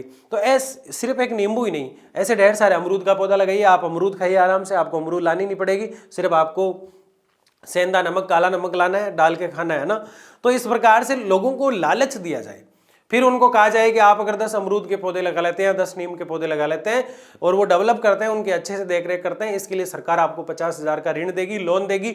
आपको इसको आसान किस्तों में चुकाना है और अगर आप अच्छे से अपनी सिविल बना के चलते हैं, समय पे लोन जमा कराते हैं और वन भी आपके वैसे ही रहते हैं, तो सरकार आपको कुछ प्रतिशत छूट देती है। और आगे से आप वनों पर ऐसा ही वन और लगाना चाहें तो सरकार आपकी ऋण की जो क्वांटिटी है, ऋण की जो मात्रा है उसको बढ़ा देगी। तो इस प्रकार से लोगों को लालच दिया जाए, इससे क्या होगा, वनों पर निर्भर लोग जो है, वनों की उत्पादकता जो है वो बढ़ जाएगी और जनजाति को इमारती लकड़ी जो है उसकी वैल्यू बढ़ाई जाए, इमारती लकड़ी को जो है शहरों में उतारा जाए जिससे लोग खरीद पाए और जनजाति के जो लोग हैं उनको अच्छे से रोजगार मिले, आर्थिक स्थिति मजबूत हो और उनका समाज डेवलप हो। इसलिए वनों को इमारती लकड़ी के साथ और ज्यादा डेवलप करना। इमारती लकड़ी उस लकड़ी को कहा जाता है जो कीमती लकड़ी होती है। लकड़ी के स्थान पर अन्य वस्तु के प्रयोग में लाना, जो लोग जनजाति के लोग होते हैं उन्हें और ज्यादा सुख सुविधाएं देना और वनों के प्रति उनका इंटरेस्ट तो वैसे ही है, लेकिन उन्हें यह फील कराना कि वन संरक्षण को वो महत्व दे रही है तो सरकार भी उनको महत्व दे रही है, उन्हें यह आभास कराना ताकि सामाजिक और आर्थिक विकास उनका भी हो सके। क्या पढ़ रहे हैं हम वनों के संरक्षण के उद्देश्य पढ़ रहे हैं और उसमें अब हम आगे बढ़ रहे हैं। पेड़ लगाने को बढ़ावा देने के लिए, पेड़ों की कटाई रोकने के लिए जन आंदोलन चलाना चाहिए जिसमें महिलाएं भी शामिल हो ताकि वनों पर दबाव कम हो। अभी हमने कुछ देर पहले अमृता देवी की बात की। अमृता देवी 363 महिलाएं जो थी उन्होंने अपनी जान दे दी थी। अभय सिंह के दरबार में ये जो है मामला हुआ था, जोधपुर राजस्थान की घटना है, ये चर्चा हमने कर ली है। इसलिए कहा गया है कि महिलाएं भी शामिल हो, कुछ ऐसा किया जाए ताकि वनों पर दबाव कम हो। तो पेड़ लगाने को बढ़ावा देने के लिए पेड़ों की कटाई रोकनी पड़ेगी सबसे पहले, और वो उदाहरण अमृता देवी ने दिया है। तो वन संरक्षण आपको बहुत अच्छे से समझ में आ जाएगा अगर आपको अमृता देवी की कहानी आती है और वो कहानी आपको समझ में आ गई, ठीक है। तो वनों पर दबाव कम हो जाएगा जिसमें महिलाएं भी शामिल हो, ये हम देख चुके हैं। आगे बढ़ते हैं। ये आगे सामाजिक वानिकी, बहुत शानदार डायग्राम है आपके लिए, बहुत शानदार तरीके से इसको डेवलप किया गया है। किताब में तो पूरा घिचड़ पिचड़ कर रखा है इसको, हमने इसको इस प्रकार से डेवलप किया है कि सीधा आपके माथे में बैठ जाए, सीधा आपके दिमाग में बैठ जाए, सीधा जो है स्थायी मेमोरी में फिट हो जाए, इस प्रकार से इसको सेट किया गया है। क्या बताने वाले हैं हम आपको सामाजिक वानिकी बताने वाले हैं, जिसको आप पहले से जानते हैं, लेकिन ये क्यों की जाती है, सामाजिक वानिकी का अर्थ क्या है, सबसे पहले ये समझे आप। 3-4 पॉइंट में बना देता हूं ताकि आपको कभी दिक्कत नहीं आए। सामाजिक वानिकी का सबसे पहला अर्थ है कि समाज को वनों से जोड़ना, समाज को वनों से जोड़ना। सरकार ऐसे नियम बनाएगी जो समाज के हित में हो। सरकार ऐसे नियमों को डेवलप करेगी जो क्या हो, मानव के हित में हो। वनों के संरक्षण की बात करेगी, किसकी बात करेगी, वनों के संरक्षण की बात करेगी। वनों के प्रत्यक्ष लाभ लोगों को समझाएगी सरकार, प्रत्यक्ष। वनों के अप्रत्यक्ष लाभ सरकार जो है वो लोगों को समझाएगी। वन और जीवन का कैसे महत्व है दोनों का, बिना वन के जीवन कैसे डेवलप हो पाएगा, वन जो है वो पर्यावरण से किस प्रकार जुड़े हुए हैं, ऐसे नियमों को समझाने के साथ समाज के लिए जो वन है वो किस प्रकार अच्छे साबित हो सकते हैं, लोगों का आर्थिक जो विकास है वो वन जो है किस प्रकार डेवलप कर सकते हैं, लोगों का सामाजिक जो विकास है, समाज जो है उसका विकास वन कैसे कर सकते हैं, ये चीज अगर समझाने का कोई काम करती है तो सामाजिक वानिकी होती है। कुल मिला के आपको ये याद रखना है, सामाजिक वानिकी वो कार्यक्रम है जो सरकार के द्वारा भारत के नागरिकों को एक छोटा सा लालच पेश किया जाता है कि आप वनों को डेवलप कीजिए, इससे आपका फायदा है क्योंकि आपका आर्थिक विकास होगा, आपका समाज ऊंचाइयों को छुएगा, क्योंकि वनों से प्रत्यक्ष लाभ होते हैं, जिन्हें फल फूल आदि लकड़ियां उन्हें बेचकर आप अपना रोजगार चला सकते हैं। उसके अलावा जहाँ ज्यादा वन होंगे वहाँ पर्यटक लोग आएंगे, देखने के लिए आएंगे, तो उससे भी आपको रोजगार मिलेगा। आपके क्षेत्र में जो है खाने की होटल्स वगैरह, रुकने की होटल्स वगैरह आदि चला करेगी। तो वनों को डेवलप कीजिए, इसके लिए सरकार ऋण दिया करती है, आसान किस्तों पर फिर भुगतान लिया करती है, कई बार सब्सिडी के माध्यम से ऋण को माफ कर दिया जाता है, इसको सामाजिक वानिकी कहा जाता है। लेकिन इस डायग्राम से हम क्या समझने वाले, सामाजिक वानिकी का अर्थ है पर्यावरण का विकास करना। पहला क्या है, पर्यावरण का विकास करना। सामाजिक वानिकी का पहला सबसे बड़ा जो विकास है, सबसे बड़ा उद्देश्य जो है वो पर्यावरण का विकास करना है। पहला मकसद यही रखा गया। दूसरा, समाज के जो लोग हैं उनका विकास होना चाहिए पर्यावरण के साथ। वन पर्यावरण का विकास तो वैसे ही करेंगे, लेकिन वन ऐसे डेवलप करना है जिससे समाज को भी फायदा हो। अब इसका मतलब ये नहीं है कि आपकी कॉलोनी में वन लगा दिए और आपने समझ रखा है सामाजिक वानिकी कि वन लगा दिए आराम से और लकड़ी की जरूरत है, हरे हरे पेड़ काट लिया आपने, तो वो सामाजिक वानिकी में नहीं आता, वो दोहन में आ जाता है। और उसके लिए आपको 500 रुपये जुर्माना और 2 महीने की सजा हो सकती है, 6 महीने तक की सजा हो सकती है। दोनों में से एक या दोनों हो सकती है। इसलिए वनों का दोहन नहीं करना है। और वनों के लिए आप अच्छा करते हैं तो आपको मिलेगा अमृता देवी पुरस्कार। कौन सा पुरस्कार? अमृता देवी पुरस्कार। कितने रुपए मिलेंगे? 50,000। ठीक है, नथुलाल को मिला राजस्थान में। किसको मिला? नथुलाल को। देखिए, पर्यावरणीय चर्चा अगर हम करें तो पर्यावरण को डेवलप करने के लिए सामाजिक वानिकी जो है उसका मुख्य उद्देश्य, उसके अलावा समाज को डेवलप करना है, उसके अलावा गांव का विकास करना है। किसका विकास करना है? गांव का। गांव में अच्छी लकड़ी होगी तो जो है पशुधन बढ़ेगा तो लोगों की आय बढ़ेगी। तो ग्रामीण विकास में जो पर्यावरण है वो जुड़ा हुआ है। गांव के ग्रामीण क्षेत्र का अगर विकास करना है तो पर्यावरण को डेवलप करो, उनका समाज ऑटोमेटिकली डेवलप हो जाएगा। ये 3 चीजें अगर डेवलप करते हैं तो इससे जो है पर्यावरण को क्या उद्देश्य प्राप्त होगा, समाज को क्या उद्देश्य प्राप्त होगा और गांव के लोगों को क्या उद्देश्य प्राप्त होगा, और ये कहाँ लगाना चाहिए। तो इनका उद्देश्य क्या है? सबसे पहले तो सामाजिक वानिकी का उद्देश्य यह है 3 काम करना। अब इन तीनों से कौन से उद्देश्य की प्राप्ति होगी? इससे वन का प्रबंध हो जाएगा। सबसे पहले पर्यावरण को अगर बढ़ावा मिलेगा सामाजिक वानिकी के माध्यम से तो वन प्रबंध हो जाएगा, यानी फॉरेस्ट डेवलप हो जाएगा। दूसरा, सुरक्षा मिलेगी। गांव के लोगों को सुरक्षा मिलेगी वनों से। क्या मिलेगी? सुरक्षा कैसे मिलती है वनों से? एक तो आर्थिक सुरक्षा मिल जाती है उनको, एक सामाजिक सुरक्षा उनको मिल जाती है। जो मतलब एक प्रकार से मिट्टी का जो अपरदन होता है उसको वन रोक लेते हैं। बारिश आती है तो सारी सुरक्षा और संरक्षण दोनों मिल रहे हैं, तो सुरक्षा के साथ हम संरक्षण भी यहां लिख सकते हैं। ठीक है। उसके अलावा ग्रामीण विकास, उसर भूमि पर वन रोपण होगा। गांव में उसर भूमि का मतलब क्या है? यहाँ पे जो बंजर भूमि है, कैसी भूमि है लाडले? बंजर भूमि है, उस पर वनों का विकास किया जाए, उसर भूमि पर वन रोपण किया जाए। उसर भूमि के ऊपर अगर वन लगाएंगे तो वन डेवलप होंगे, और डेवलप होंगे तो देश का विकास होगा, और देश का विकास होगा तो सारी स्थितियां ठीक हो जाएगी। राष्ट्रीय कृषि आयोग ने सामाजिक वानिकी को बताया है। राष्ट्रीय जो कृषि आयोग है हमारे देश का, उसने सामाजिक जो वानिकी है उसको इस प्रकार बताया है। किस प्रकार बताया है?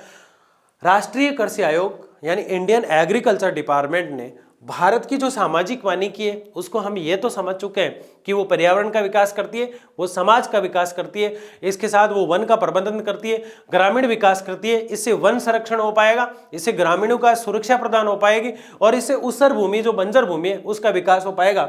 ये हमने पिछले इस डायग्राम में देख लिया था। लेकिन यहाँ क्या है? राष्ट्रीय कृषि डिपार्टमेंट या फिर भारत का इंडियन एग्रीकल्चर जो डिपार्टमेंट है वो वानिकी को इस प्रकार बांटता है। वानिकी को वो क्या कह रहा है? वानिकी के लिए वो क्या कह रहा है? सिर्फ वानिकी प्रयोग कर रहा है, और वो कह रहा है कि अगर वानिकी लगाती है सरकार, वानिकी का मतलब वन संरक्षण की बात अगर सरकार करती है तो वो 3 तरह से करेगी। एक तो गांव के अंदर करेगी, एक शहरों के अंदर करेगी, एक फार्म। पर्यावरण का नाम उन्होंने क्या कर दिया? फार्म कर दिया यहाँ पे पर्यावरण। कोई दिक्कत नहीं है, ये 3 डिपार्टमेंट हम पहले पढ़ चुके हैं, लेकिन ये इसको बड़ा कर देता है। ये किसका किया हुआ संगठन है या फिर ये किसके द्वारा बनाए हुए विभाग है? कृषि विभाग के द्वारा। कहाँ का कृषि विभाग है ये? भारत का कृषि विभाग। कहाँ का? भारत का। तो भारत के कृषि विभाग ने वानिकी जो है उसको कितने भागों में बांटा है? 3 भागों में। शहर की, गांव की और फार्म की। शहर की, गांव की और फोरम की। अब इन तीनों को अलग अलग तरीके से हम पढ़ते हैं ताकि ये समझ में आ जाए।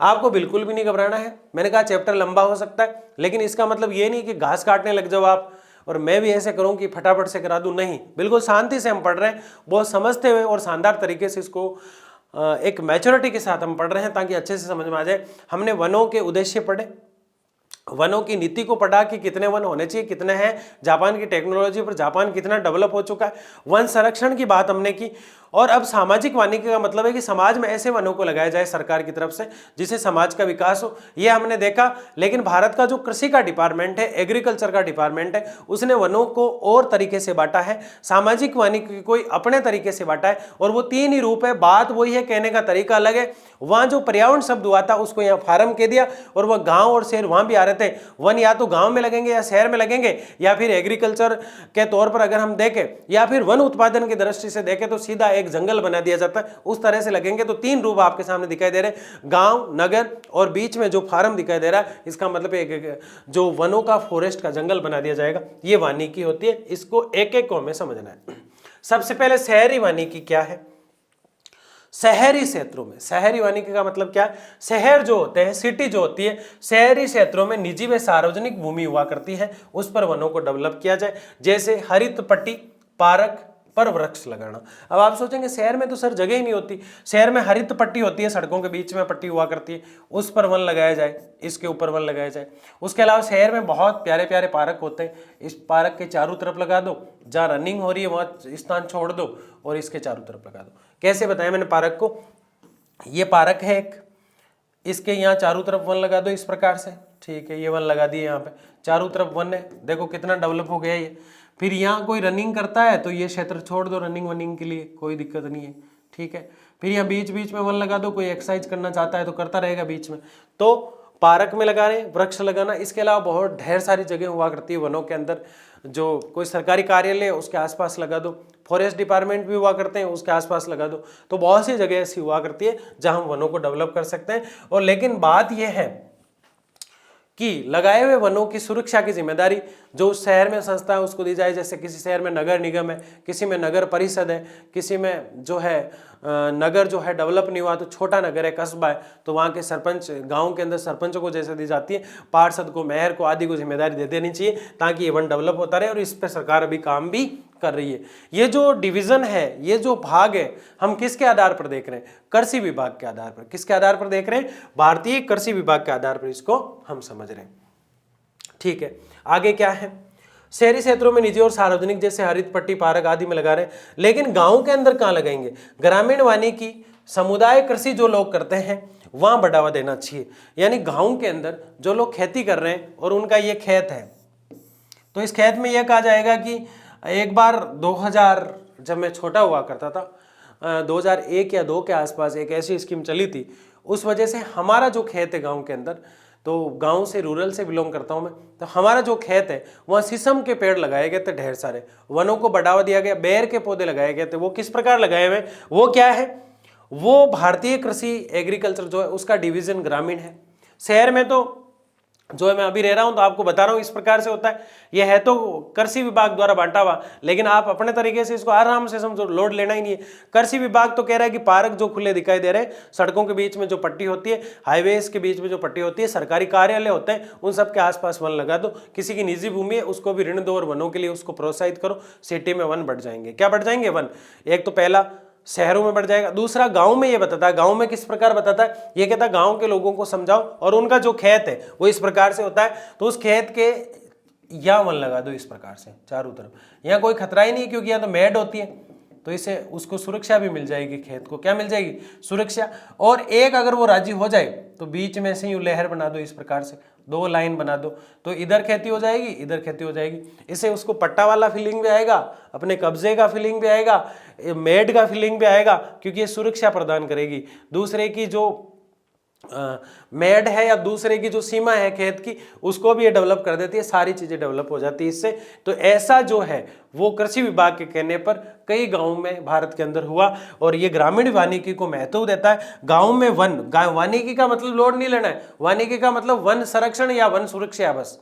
अगर वो समाज में हो रही है तो सामाजिक वानिकी है, और समाज को कौन डेवलप कर रहा है, भारत सरकार कर रही है, तो ये चीजें लिखी हुई है। तो ग्रामीण वानिकी, समुदाय कृषि की वानिकी, यानी कि लोगों की जो ज्वाइंट कृषि हुआ करती है वहां गांव में किया जाए, ज्वाइंट कृषि यहाँ होती है, पूरी फैमिली किया करती है, ऐसे इसको बढ़ावा दे सकते हैं। 2 हमने पढ़ लिए, किसकी बात कर रहे हैं, कृषि का जो डिवीजन बांटा हुआ है उसकी बात कर रहे हैं। आगे देखिए, आगे अगर हम देखें तो कृषि वानिकी का अर्थ क्या है, कृषि जो वानिकी है उसका अर्थ क्या है। एग्रीकल्चर जो है उसका अर्थ है कृषि योग्य प्लस बंजर भूमि, जो है उस पर पेड़ फसल साथ उगाना, वानिकी व खेती साथ साथ करना, चारा ईंधन, इमारती लकड़ी और फल उत्पादन एक साथ करना। देखो बार बार हमारे सामने आ रहा है कृषि वानिकी क्या है, तो जो सामाजिक वानिकी है वही कृषि वानिकी है, कोई दिक्कत नहीं है। लेकिन कृषि वानिकी में थोड़ा सा अंतर है। कैसे? सबसे पहले ये सोचिए, क्या आपको सामाजिक वानिकी समझ में आ गया? एक बार मन में दोहराइए, अगर नहीं आया है तो फिर सुनिए। शॉर्टकट तरीके से सामाजिक वानिकी को बता रहा हूं मैं। सामाजिक वानिकी का मतलब होता है सरकार ऐसे पौधे और पेड़ लगाने का कार्य करेगी जो समाज को प्रत्यक्ष और अप्रत्यक्ष लाभ देते हो। प्रत्यक्ष लाभ में लकड़ी वकड़ी सब कुछ देती है, अप्रत्यक्ष लाभ में पर्यटक वहां आते हैं, वर्षा वहां आती है, मृदा का अपरदन रुक जाता है, आदि सुविधाएं अगर सरकार देने का करती है और वो वन लगाने के लिए सरकार ऋण देती है, इसको सामाजिक वानिकी कहा जाता है। कृषि वानिकी का मतलब है कृषि के साथ वनों को सरकार महत्व देगी। फर्क क्या है? सामाजिक वानिकी में तो सिर्फ समाज को डेवलप करना है और साथ में वनों को डेवलप करना है, लेकिन कृषि वानिकी में कृषि के साथ साथ, भारत में एग्रीकल्चर भी तो बढ़ाना है, कृषि के साथ साथ वनों को डेवलप करना, कृषि के साथ साथ वनों को डेवलप करना, ऐसी नीतियां सरकार बनाएगी तो कृषि वानिकी कहलाती है। क्या है कृषि वानिकी? अब आप कहेंगे सर कृषि वानिकी कहां से आया? आपने तो वहां बताया था कि सबसे पहले तो आएगा ग्रामीण, कृषि विभाग ने जो बांटा है, पहले तो ग्रामीण आएगा, फिर शहरी आएगा, फिर आपने फार्म बताया था। अरे डिवीजन कौन कर रहा है? कृषि विभाग कर रहा है। कौन कर रहा है? तो कृषि की बात तो करेगा ना, करेगा कि नहीं करेगा? इसीलिए तो ये घुसा है बीच में कि मेरा नाम भी लिया जाए, नहीं तो मेरी इज्जत कम हो जाएगी, है ना। सामाजिक वानिकी जो है वो बिल्कुल सिंपल समझ में आ गया था। कृषि वानिकी सिर्फ कृषि की साथ में बात करता है, गांव और शहरों की बात करते हुए। कृषि योग्य भूमि, कृषि वानिकी है क्या? गांव के अंदर जो कृषि योग्य भूमि है उस पर तो वन लगाना ही है, लेकिन जो ऊसर भूमि है, जो बंजर भूमि है, जहां फसलें नहीं हुआ करती। बंजर भूमि का मतलब क्या है? जहां फसलें नहीं हुआ करती, फसलें आज तक भी डेवलप नहीं हुई और वो भूमि कई समय से ऐसे ही बंजर पड़ी है, तो वहां सरकार लोगों को ऋण देगी। कृषि डिपार्टमेंट इसमें सहयोग करेगा, एग्रीकल्चर डिवीजन भारत का, वो इसमें सपोर्ट करेगा और इससे वहां की कृषि क्या होगी? डेवलप होगी। कृषि के साथ वनों को भी पेड़ व फसल साथ उगना शुरू हो जाएगा, क्योंकि ये बंजर भूमि कैसे उपजाऊ बन पाएगी? यहाँ दवाइयां दी जाएगी, भूमि को उपजाऊ बनाया जाएगा, खाद डाला जाएगा, गोबर डाला जाएगा, आदि चीजों से, नीम की पत्तियां डाली जाएगी, आदि से जो भूमि है वो क्या हो जाती है? बंजर भूमि उपजाऊ बन जाती है। पेड़ और फसल साथ उगाएंगे, वानिकी वे खेती साथ साथ करना। अब ये वानिकी फिर आ गया। वानिकी का मतलब है सरकार जो कह रही है वो वन लगाएंगे और साथ में खेती करेंगे, इसके लिए सरकार ऋण देगी, उधार देगी और कभी कभी सब्सिडी के माध्यम से उसको माफ भी कर देगी। इसलिए किसानों को लालच आएगा, क्योंकि वो सोचेगा कि भूमि तो वैसे ही ऊसर है, ऊसर भूमि पर अगर उसको ऋण मिल रहा है और वो भी आने वाले समय में अगर माफ हो जाता है तो क्यों ना हम पेड़ लगाए। इसमें उसको लालच आता है, साथ में उसको प्रत्यक्ष लाभ भी दिखाई देता है कि वनों से हमें बहुत कुछ लाभ होगा, सीधा सीधा पेड़ पौधे, लकड़ियां, फल फूल, और अप्रत्यक्ष लाभ भी उसको दिखाई देता है। अप्रत्यक्ष लाभ मैंने बताया आपको, वनों से संरक्षण मिलेगा उनको, मृदा जो है वो पानी के साथ बह के नहीं जाएगी और बारिश बहुत ज्यादा आएगी, पर्यटक आएंगे घूमने के लिए, गाँव को देखने के लिए, और मूवीज वगैरह की शूटिंग होगी। वो होवे नहीं होवे, लेकिन बहुत डेवलप हुआ है गाँव पेड़ पौधों की वजह से। इसके साथ चारा, ईंधन, इमारती लकड़ी और फल उत्पादन एक साथ होगा। अब ये तो छोटी सी बात है, अगर खेती कोई कर रहा है तो चारा वारा तो सब हो ही रहा है, लेकिन साथ में वन कर रहा है तो लकड़ी होगी। इसका मतलब ये नहीं कि बाजरी का जो सिट्टा होता है, उसका जो नीचे का तन्ना होता है, उससे आप दरवाजे बना दो, कभी नहीं बन सकते। कमार, मोट, मूंग आदि चीजें जो होती है, सरसों की फसल वगैरह होती है, उनकी जो लकड़ी होती है वो छोटे छोटे तिनके होते हैं। उन तिनकों से कोई दरवाजे खिड़कियां थोड़ी बनाए जा सकते, नहीं बनाए जा सकते।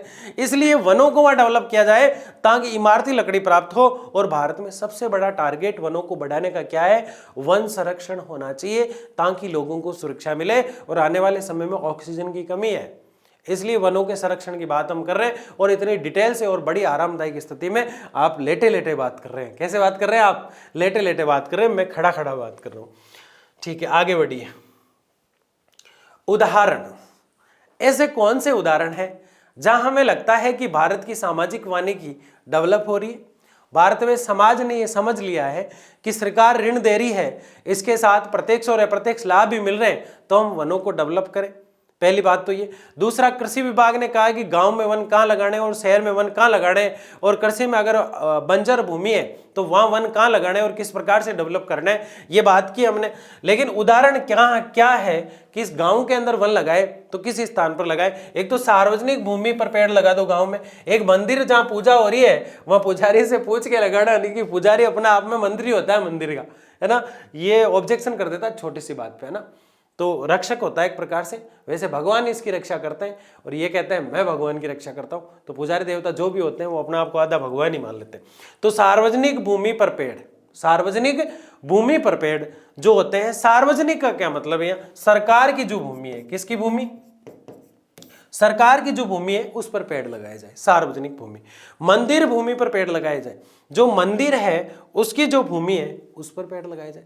मंदिर कहीं भी दिखाई दे रहा है, उसकी जितनी भी भूमि है उस पर क्या लगाना है, पेड़ लगाना है मंदिर के आसपास। उसके अलावा लोगों को वानिकीकरण से जोड़ना, लोग जो है उनको वानिकीकरण से जोड़ना। वानिकीकरण का मतलब है सरकार की योजनाओं से जोड़ना, किससे जोड़ना, सरकार की योजनाओं से जोड़ना। कैसे जोड़ना है, ये जो है सामाजिक वानिकी जो है उसका काम है, वो कैसे जोड़ती है, सरकार का काम है। कैसे जोड़ेंगे आप बताओ। गांव में आके प्रचार किया जाएगा, सरकार की तरफ से कोऑपरेटिव सोसाइटियां चला करती है, एक संस्थाएं चला करती है, वहां एक अध्यक्ष बैठा करता है, उसकी एक टीम होती है, वो गांव में जाके किसानों को समझाती है सरकार की योजना यही है कि आप अपने खेत में इतने पौधे लगाइए, सरकार आपको ऋण देगी। तो किसान उस पैसे के लालच में वनों को लगाता है। इससे फायदा क्या, हमारे देश का वन संरक्षण हो जाएगा और वन को सुरक्षा भी देगा, क्योंकि उसको यह कहा गया है कि आप वनों को अच्छे से डेवलप रखते हैं तो आपको 50% वापस मिल जाएगा। तो वो लालच के अंदर पानी भी पिलाता है, सब कुछ भी करता है, क्योंकि किसान बेचारा छोटी सी आस मिल जाए तो बहुत कुछ कर देता है। और वनों को बढ़ाने के लिए मैं हमेशा यही कहता हूं, किसान को टारगेट करना चाहिए। किसको टारगेट करना चाहिए, किसान को। अगर मैं कृषि मंत्री होता, एग्रीकल्चर मिनिस्टर होता, तो मैं क्या करता, भारत के प्रत्येक किसान को जो है कैसे वन बढ़ाने ये सिखा देता और सरकार की तरफ से सहायता देने की बात करता। तो 33% तो क्या 66% जापान सोचने लग जाता, यार कौन ऐसा कृषि मंत्री आया भारत के अंदर, इतने वन एक साथ ही डेवलप हो गए, कैसे डेवलप हो गए। तो ये किसको सोचना चाहिए, ये किसका काम है, कृषि मंत्री का, क्योंकि स्कीम कौन लागू करता है, कृषि मंत्री। वैसे मंत्री हमारे यहाँ अनपढ़ होते हैं अधिकतर, उनको समझाने का काम कौन करते हैं, सचिव। सचिव कौन होता है, जिसका टारगेट आप बना के चल रहे हो, यूपीएससी फाइट करने वाला। तो जरूरी नहीं है कि देश की सेवा करने के लिए आप नेता ही बने, प्रशासनिक अधिकारी यूपीएससी जो टारगेट करता है। आईएएस जो बनता है, आईएएस जो होते हैं वो सचिव हुआ करते हैं, एक मंत्री के साथ कलेक्टर वगैरह तो वो बनते ही हैं, आईपीएस वगैरह वो तो बनते ही हैं, फॉरेस्ट अधिकारी आईएफएस भी बना करते हैं, IFS, IPS Indian police service, IFS Indian forest service, foreign नहीं बोल रहा हूँ यहाँ पे, और आदि सर्विसें होती है यूपीएससी में। कभी बात करेंगे, आप मुझे बताना यूपीएससी के बारे में कौन कौन जानने के लिए इंटरेस्टेड है, इसमें हम एक छोटा सा लेक्चर लेके आएंगे आपके लिए। लेकिन कृषि मंत्री जो होता है, कोई भी भारत का मंत्री, उसके साथ एक सचिव बैठा करता है, और वो जो सचिव होता है सेंटर के अंदर वो एक आईएएस अधिकारी होता है। उसने यूपीएससी टारगेट किया था, उसने पास किया था, और मंत्री वही करता है जो उसको समझाता है। मंत्री को कुछ भी पता नहीं होता, लाओ अंगूठा लगाते हैं। इसका मतलब ये नहीं कि सारे मंत्री अनपढ़ है, जैसे कई मंत्री ऐसे होते हैं जिनको बहुत नॉलेज है, बहुत ज़्यादा पढ़े लिखे हैं, उनके नाम के आगे डॉक्टर की उपाधि लगा करती है, बहुत ज़्यादा नॉलेज है। जैसे हमारे आदरणीय प्रधानमंत्री मनमोहन सिंह जी बहुत बड़े अर्थशास्त्री थे, इकोनॉमिक्स के ज्ञाता थे। वो जब 1991 में भारत में खाने के पैसे नहीं रहे, सिर्फ 8 दिन का खाना बचा था भारत के अंदर, तब उन्होंने खुली अर्थव्यवस्था कर दी। इसका मतलब यह है, भारत पहले बाहर से आयात निर्यात कम करता था, टैक्स लिया करता था बॉर्डर पे, वो उन्होंने खत्म कर दिया, और इससे भारत के ढेर सारे रास्ते खुले। दिक्कत यह थी कि वो बोलते कम थे, इसलिए लोग उन्हें गूंगे समझते थे। क्या समझते थे, लेकिन उनमें दिमाग बहुत था। और जो बोलने वाले हैं वो क्या कर रहे हैं, ये आप सब जानते हैं, ठीक है। विद्यालयों में पेड़ लगाए जाए, विद्यालय जो होते हैं वहां पेड़ लगाए जाए, बच्चों को पकड़ पकड़ के लगवाते हैं। बताओ किसकी स्कूल में ये काम हुआ है, विद्यालय में पेड़ लगते हैं नहीं लगते। अगर नहीं लगवा रहे हैं सर, तो उनको कह देना सर ने कहा है कि पेड़ लगाए जाए विद्यालयों में। क्या लगाए जाए, पेड़। इसके अलावा रेल पटरी के वृक्ष, रेल की जो पटरियां होती है उनके आसपास। अब इसमें मैं आपको ये कह रहा हूं, उदाहरण आपको रटने की जरूरत कहां है, पेड़ लगाना है, कहां लगाए जाए पेड़। अब आप ये तो है नहीं कि सौम मंडल में गए ऊपर, फिर समताप मंडल को क्रॉस किया, फिर ये लो साहब हम आयन मंडल आ गए, ओजोन मंडल आ गए, और ये बहिर्मंडल में बैठ गया, और यहाँ 630, 35, 40 किलोमीटर के ऊपर जाके वन लगाओगे। नहीं, बिल्कुल भी नहीं, क्योंकि ऊपर ऑक्सीजन नहीं है, ऊपर तो हीलियम और हाइड्रोजन है, नीचे कार्बन डाइऑक्साइड है, सबसे भारी गैस, हल्की वाली ऊपर है। तो आपको धरातल पे लगाना है, सबसे पहली प्राथमिकता क्या है, धरातल पे लगाना है। अब धरातल पे आपको कौन सी जगह दिखेगी, या तो मंदिर के आसपास का एरिया खाली मिलेगा, या फिर कृषि का जो क्षेत्र होता है एग्रीकल्चर का, उसकी जो दीवार होती है, मेड होती है, सीमा होती है खेत की, वहां आपको खाली मिलेगा। इसके अलावा तालाब के आसपास का क्षेत्र खाली मिल जाएगा, या फिर जो खाली जमीन पड़ी है, अनुपजाऊ है, बंजर पड़ी है, वो क्षेत्र आपको मिल जाएगा। विद्यालय जो होते हैं, चिकित्सालय जो होते हैं, हॉस्पिटल जो होते हैं, सरकारी ऑफिस जो होते हैं, ढेर सारे उदाहरण आप लिख सकते हो। एक इमेज बना लिया करो कि यहाँ खाली पड़ा है मेरे गाँव में, तो ये मुझे लिखना है। रटना तो कुछ है ही नहीं, ये तो मजेदार टॉपिक है, बताओ मजेदार है या नहीं है। ठीक है, तो लोगों को वानिकरण से जोड़ना है। आगे देखिए, फार्म वानिकी, तो वो एग्रीकल्चर की बात करें, हम फार्म वानिकी की बात कर रहे हैं, क्योंकि वो ये दोनों जुड़ी हुई है। अभी कृषि की बात हमने की, तो ये बताएगा कैसे क्या करना है कि फार्म वानिकी यानी कृषि वानिकी जो है वो आपको कैसे करनी है। सबसे पहले भूमि जो है उसकी खेत की जो मेड है उस पर आप लगा दो, चारागाह बना दो, वहां पे घास के स्थल बना दो, खाली जमीन पर पौधे लगा दो, पेड़ लगा दो। बहुत सिंपल बात है, ऐसे लोड बिल्कुल भी नहीं लेना है, चिंता बिल्कुल भी नहीं करना है ना, ठीक है ना। तो फार्म वानिकी जो है इसका मतलब क्या है, कृषि क्षेत्र को डेवलप करते हुए कृषि का जो क्षेत्र है जो बंजर है वहां पे क्या लगाना है, आपको वन लगाने हैं। वो कहाँ लग सकते हैं, या तो खेत की ये मेड है चारों तरफ की, ये वाली है, ये मेड होती है खेत की है, ठीक है ना, ये चारों तरफ की, यहाँ वन लगा दो आप, ठीक है, ये खेत इस तरह से दिखने लग गया। या फिर कोई चारागाह बना हुआ, इस प्रकार से पशु चर रहे हैं और वो काफी सालों से पड़ा है, जिसे पड़त कहा जाता है, इसको पड़त के नाम से जानते हैं। पड़त का मतलब होता है काफी समय से पड़ी है और उसके ऊपर अधिकार है सरकार का, तो सरकार यहाँ वन लगाया करती है। इसको गांव में तारबंदी के नाम से जानते हैं। किस नाम से जानते हैं, तारबंदी के नाम से। यहाँ क्या होता है, जैसे अभी मनरेगा, मनरेगा जिसको हम कह रहे हैं, मनरेगा स्कीम अभी चल रही है, तो इसमें शुरू में यही काम हुआ था। मनरेगा में क्या हुआ, 100 दिन की गारंटी, 120 दिन कर दी अब तो, 120 दिन की गारंटी योजना होती है, इसमें रोजगार दिया जाता है। तो गांव के जो मजदूर हुआ करते हैं उनसे कहा जाता है कि ये पड़त भूमि जो है, जो सरकार की भूमि है, जो तारबंदी क्षेत्र यहाँ बनाना है, यहाँ पेड़ पौधे लगाने हैं आपको, और प्रत्येक पेड़ पर आपको 100 रुपए 200 रुपए या मजदूरी जो भी होती है 120 दिन में वो आपको दी जाएगी। तो यहाँ वन क्षेत्र डेवलप हो जाता है। ये पहले चारागाह था, ये घास का स्थल था, और ये खाली जमीन थी, और यहां वन लगा दिए। तो ये तीनों का जो रूप है, ये जो खाली स्थान था ये है। यानी कि फार्म वानिकी में अगर हम वन लगाना चाहे तो वो कैसे लगाएं, बात वो कि वो ये आपको घुमाने के लिए नाम ऐसे देती है, कभी सामाजिक वानिकी आ रहा है, कभी कृषि वानिकी आ रहा है, कभी शहरी वानिकी आ रहा है। शहर में वनों को डेवलप करना है तो शहर वानिकी है, शहरी वानिकी है। गांव में डेवलप करना है तो ग्रामीण वानिकी है। कृषि क्षेत्र के अंदर डेवलप करना है तो कृषि वानिकी है। और फोरम बने हुए हैं, फार्म बने हुए हैं सरकार की तरफ से, जहां सरकार सारी सुविधाएं देती है, तो फार्म वानिकी है। कोई लोड लेना ही नहीं है जब तक मैं हूं। खेत की मेढ़े, चारागाह, घास स्थल, खाली जमीन, ये तीनों एक ही चीज है या नहीं है, मुझे बताओ। जहां चारागाह है, यानी चारागाह का मतलब एक तो होता है चारागाह, एक होता है चारावाह। चारावाह तो वो होता है जो चराता है, और चारागाह वो होता है जहां भेड़ चरा करती है या बकरी चरा करती है, वो होता है। तो चारागाह जो होता है वहां घास होगी डेफिनेटली, और वो जमीन खाली रहेगी क्योंकि वहां कृषि नहीं है, पेड़ पौधे हैं नहीं। घास तो छोटी चीज होती है, और घास को ही खाया करते, पेड़ को तो भेड़ बकरी उछल के खाने से नहीं खाते, तो घास खाया करते। तो ये जो क्षेत्र है, ये तीनों, ये हमेशा पड़त भूमि कहलाती है, और यहां सरकार वन लगा के तारों की बंदी कर देती है, इसलिए इसको तारबंदी के नाम से जाना जाता है। और दूसरा है खेत की जो मेड होती है वहां वन लगाए जा सकते हैं। ये जो भूमि की बात कर रहा है कौन, फार्म वानिकी। उसके अलावा वन विभाग का सहयोग क्या रहता है इसमें, वन विभाग यहाँ जो लोग रह रहे हैं उनके लिए नई योजनाएं बनाएगा। क्या बनाएगा कि आप यहाँ वन लगाइए, आप आइए, हमारी ये योजना है, प्रत्येक व्यक्ति को रोज 100 रुपए दिए जाएंगे, 150 रुपए दिए जाएंगे, 120 दिन का मनरेगा के तहत काम दिया जाएगा, उसको इतना रोजगार मिल जाएगा। इसलिए ये हमारी एक नई योजना है, सरकार कह रही है। कौन कह रही है, सरकार कह रही है कि हमारी एक नई योजना है। इसके तहत जितने भी खाली चारागाह पड़े हैं, जो घास के मैदान पड़े हैं, या फिर आपके खेतों के आसपास की जो मेड है, वहां वनों का विकास किया जाए। जो खाली स्थान पड़ा है, खाली जमीन पड़ी है, चारागाह है, घास स्थल है, वहां वन डेवलप किए जाए। और वन डेवलप करने के कारण वहां पे क्या होंगे, वनों का संरक्षण होगा, वनों की सुरक्षा होगी, और वन डेवलप हो जाएंगे। ये हमारी नई योजना है, और इसके लिए आपको कुछ नहीं करना है। कौन कह रही है, सरकार। ये हमारी नई योजना है, न्यू पॉलिसी है, आपको कुछ नहीं करना है, आपको सैलरी दी जाएगी, और आपके खेत के पौधे लग रहे हैं। किसको कह रही है सरकार, गांव के लोगों को। आपके खेत के मेड जो है उस पे पौधे लग रहे हैं, वो आपको हम निःशुल्क दे रहे हैं, फ्री दे रहे हैं, फ्री के नाम पे तो लोग भाग के चले जाते हैं ना।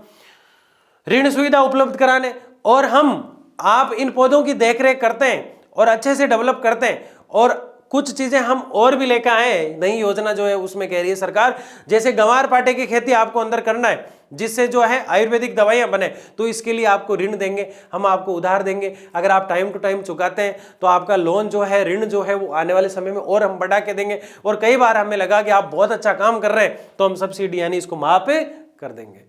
तो गांव वाला किसान कहता है यार बढ़िया काम कर रहे हो तुम, बहुत अच्छा कर रहे हो, है ना, ऐसा प्रधानमंत्री, ऐसा मुख्यमंत्री फिर आना चाहिए। इसलिए वो लालच में वनों को लगा देते हैं, और ये अच्छी बात भी है, ऐसी नीतियां सरकार की आनी चाहिए। मैंने कहा किसान को टारगेट करना चाहिए, किसान को टारगेट करेगा तभी भारत में जो वन है वो 25 से 35, 35 से 45, 45 से 55 और 55 से 65 होते ही, 65 से 75 होते ही जापान टेंशन में आ जाएगा, यार ये भारत कौन सी टेक्नोलॉजी लेके आया है, हमें भी तो सिखाए भारत। मोदी जी को कॉल करेंगे, मोदी जी बताइए आप कौन सी स्कीम लेके आए हो, वन इतने डेवलप कैसे हो रहे हैं आपके, है ना। वन होने चाहिए भाई। ऋण सुविधा रख रखाव पर ध्यान देगा वो जब उसको लोन दिया जाएगा, नहीं तो किसान बहुत समझदार हो गया। आप किसान पिज्जा बर्गर खाता है, उसकी फोटो वायरल हो जाती है, क्या उसको अधिकार नहीं है, ठीक है ना। तो किसान बहुत डेवलप हो चुका है। तो ये जो स्कीम है, ये सरकार की योजना फ्री में, क्या है ये योजना, फार्म वानिकी क्या है, फार्म वानिकी का मतलब सरकार जो है नई योजनाएं निकालेगी, उसके माध्यम से फ्री पौधे देगी, निःशुल्क पौधे देगी, और इस पॉलिसी के तहत वो ऋण यानी ब्याज पर पैसे भी देगी, और खाली पड़ी जमीन को काम में लेने का तरीका बताएगी। इससे जो चारागाह है, इससे जो घास के स्थल है, इससे जो खाली पड़ी जमीन है, इससे जो बंजर भूमि है वो डेवलप हो जाएगी, वह वन लग जाएंगे, इससे वो भूमि भी काम में आ जाएगी और उसका संरक्षण भी हो जाएगा। बताओ समझ में आया कि नहीं आया? बिल्कुल आगे आगे बढ़े। आगे देखिए, वन्य प्राणी, ये बड़ी इंटरेस्टिंग चीज है, बहुत ही शानदार चीज है। वन्य प्राणी का मतलब क्या? वन के ऐसे प्राणी जो वन में ही रहते हैं, वन में ही खाते हैं, वन में ही पीते हैं, वन में ही शादी करते हैं और वन में ही सारा जीवन व्यतीत कर लेते हैं। आप सोच रहे हैं सर पता नहीं अब क्या कहने वाले हैं, ठीक है ना। क्या कहने वाला था मैं कि भारत में वन्य प्राणी एक महान प्राकृतिक धरोहर है। वन्य प्राणियों में भारत अव्वल रहा है हमेशा। बाघ जो है बहुत बाकी देशों में बहुत कम देखने को मिलते हैं, भारत में बाघों में, भारत के अंदर बाघ बहुत ज्यादा है अभी भी। क्या है, भारत में वन्य प्राणी एक महान प्राकृतिक धरोहर है, प्रकृति की दी हुई देन है, हमने तो कहीं से बाहर से तो लेके नहीं आए, ठीक है। वन्य प्राणियों का 5% विश्व का भारत में, कितना प्रतिशत? 5%। देख लो आप, पूरे विश्व में, बाकी विश्व में 95% ही बचा, 5 अकेला कौन लेके आ गया? भारत। तो देश भी तो कितना बड़ा है हमारा, हमारा देश उगले उगले सोना उगले, है ना, कितना बड़ा देश है। सोने की चिड़िया हुआ करती थी, अब पीतल का चिड़ा बन गया, है ना। क्यों? क्योंकि अंग्रेजों ने बहुत लूटा। हमने पढ़ा चीड़ देवदार के वन काट काट के ले गए, है ना, शुष्क कर दिया पूरे भारत को, सूखा नहीं कह सकते उसको, एक प्रकार से ऊसर भूमि करके चले गए, कुछ भी नहीं छोड़ा यहाँ पे। कुछ जैव प्रजातियां लुप्त के कगार पर, ये गंदी बात है भाई, है ना। कुछ प्रजातियां ऐसी हैं जो लुप्त की कगार पर है। जैसे हमने मैंग्रोव वन पढ़े, वहां जो जीव रहते हैं वो लुप्त होते जा रहे हैं, लगभग 3-4 हजार के आसपास ऐसी प्रजातियां, अलग अलग कलरफुल चिड़ियां, कलरफुल कबूतर, बहुत सारे वहां देखने को मिलते हैं, प्रजातियां जो है वो देखने को मिलती है, लेकिन वो आज लुप्त होती जा रही है। क्या होती जा रही है? खत्म होती जा रही है। वो संकटापन यानी संकटग्रस्त है, उनके बारे में सोचना चाहिए। वन्य प्राणी कम होने के निम्न कारण हैं। भारत के अंदर वन्य प्राणी कम क्यों हो रहे हैं? इसके ढेर सारे कारण है। कौन कौन से कारण हैं इसको हम देखते हैं और समझते हैं। वन्य प्राणियों की संख्या, वन्य जो प्राणी है उनकी संख्या कम होने के मुख्य कारण इस प्रकार है। यानी भारत में कई जातियां, प्रजातियां जो है वन्य जीवों की, वन्य जीव जंगल में रहा करते हैं और आज इनकी संख्या कम हो रही है। इसके पीछे क्या कारण है? इसके पीछे ढेर सारे कारण है, क्योंकि कई प्रजातियां संकटापन या फिर लुप्त की कगार पर है, और इसके पीछे जो भी रीजन है उनको एक एक को हम देखने वाले और समझने वाले। पहला पॉइंट कह रहा है औद्योगिकी और तकनीकी विकास के कारण वनों के दोहन की गति तेज हुई। इनके पीछे कारण कौन सा रहा? वन। ये जो वन है इनका उपयोग ज्यादातर आजकल उद्योगों में होने लग गया। उद्योगों में मतलब लकड़ी काटी जा रही है, फिर उद्योगों में उसका कुछ बनाया जा रहा है। उसके अलावा टेक्नोलॉजी, तकनीकी जो है, पहले वन काटे जाते थे तो आदमी काटता था कुल्हाड़ी लेके, तो वो धीरे धीरे काटता था। अब जो है जेसीबी लगा के फटाफट से इनको साफ कर दिया जाता है। तो तकनीकी यानी टेक्नोलॉजी यानी वैज्ञानिक मशीनें बनने के कारण और उद्योग और तकनीकी के कारण वन जो है उनका दोहन का मतलब है काटे जा रहे हैं, खत्म किए जा रहे हैं, काटे जा रहे हैं, खत्म किए जा रहे हैं, इसलिए जो वन है वो कम हो रहे हैं। क्या हम वन कम क्यों हो रहे हैं ये पढ़ रहे हैं? नहीं, ये तो हमने पढ़ लिया कि वन कम क्यों हो रहे हैं। हम ये देख रहे हैं कि वनों के कम होने से वन्य जीव खत्म हो रहे हैं। अगर वन ही नहीं रहेंगे तो वन्य जीव कहां से रहेंगे? वन्य जीव का मतलब है जंगल के पशु पक्षी। वन्य जीव का मतलब क्या है? जंगल के पशु पक्षी जो जंगल में रहा करते हैं, जो वनों के बीच रहा करते हैं। पब्लिक में घूमना फिरना उनको ठीक नहीं लगता है, वो अपने आप को भयभीत फील करते हैं, अपने आप को घबराया हुआ फील करते हैं। इससे मानव खुद घबरा जाता है अगर वो कभी बाहर आ जाते हैं जंगलों से। अगर जंगल ही नहीं रहेंगे तो वन्य जीव कहाँ जाएंगे? सोचो कितना दर्द हो रहा है ये बात सुन के आपको। बताओ, जंगल में आज सोचो, जहाँ जंगल है वह लाखों, हजारों, अरबों, खरबों वन्य जीव है और वो वन्य जीव वनों के अंदर है। अगर वन ही काटे जा रहे हैं तो फिर वो वन्य जीव कहाँ जाएंगे? सोचो एक मिनट के लिए, सिर्फ किताबें रटा मत करो, कभी कभी फील भी लिया करो। मेरा भारत देश ये कैसा है, इसमें क्या है, जानो तो सही। इस इंटरेस्ट के साथ पढ़ा करो। कई बच्चे सिर्फ इतना पढ़ने का प्रयास करते हैं, कितना पढ़ने का प्रयास, सिर्फ ये सोचते हैं कि एक बार बस पढ़ लूँ, बस रट लूँ, पास हो जाऊँ, बस फर्स्ट डिवीजन आ जाए, कुछ ऐसे सोचते हैं। कुछ कह रहे हैं मेरिट आ जाए। अगले साल उनसे पूछा जाता है कि टॉपिक क्या थे पिछले साल, भूल जाते बिल्कुल भी, क्योंकि वो दिल से फील नहीं करता। मेरा देश, मेरा भारत, इसमें क्या क्या है देखूं तो सही, सोचूं तो सही, पढ़ूं तो सही, इस बात को समझूं तो सही कि मेरा देश है कैसा। मेरा देश हिमालय के पर्वतीय क्षेत्र से शुरू होता है, दक्षिण में तटीय क्षेत्रों पर खत्म होता है, बीच में उत्तर का मैदान है। मेरा देश इधर से इधर इतना लंबा है, दक्षिण से पूर्व इतना है, दक्षिण से पश्चिम इतना है। सारी चीजें पढ़नी चाहिए। उत्तर से दक्षिण और पूर्व से पश्चिम बोला जाता है। सारी चीजें आपको समझनी चाहिए। इसमें कहाँ वन है, कहाँ जो है चारागाह है, कहाँ कैसी स्थिति है, सरकार की कौन सी नीतियां आ रही है, किस प्रकार से देश डेवलप हो रहा है, कितने वन देश में होने चाहिए, कितने वन देश में बने हैं अब तक, कितना डेवलप और करने की जरूरत है, ये सब होता है। और फिर बात आती है वन्य जीवों की। वन्य जीव भारत में अगर वन खत्म हो जाएंगे, वनों का दोहन यूं ही चलता रहा, उद्योगों में वनों को काटकर यूं ही काटा गया और यूं ही वनों को उद्योगों के अंदर काम में लिया गया, फैक्ट्रियों में काम में लिया गया, और ऐसे ही वनों को जो है तकनीकी टेक्नोलॉजी यानी मशीनों के माध्यम से काटा गया, तो वन और जंगल खाली हो जाएंगे और इससे वन्य जीव हरकत में आ जाएगा, डिप्रेशन में आ जाएगा, संकटापन प्रजातियां बन जाएगी, लुप्त हो जाएगी, आने वाली पीढ़ियां देख ही नहीं पाएगी। कि कोई शहर हुआ करता था, कोई बाघ हुआ करता था, कोई लोमड़ी हुआ करती थी, कोई चित्ता हुआ करता था, है ना, कोई गोडाउन हुआ करता था। मोर कितना प्यारा होता है, हालांकि जंगल के मोर भी अलग होते हैं, जंगल के कुत्ते भी अलग होते हैं, तो वो प्रजातियां खत्म हो जाएगी। आज कई प्रजातियां तो बिल्कुल संकटग्रस्त और लुप्त होती जा रही है, लुप्त होने की बिल्कुल कगार पे हैं, तो उनको हमने संरक्षण देके अभ्यारण्य बना रखे हैं। नाम सुना अभ्यारण्य का?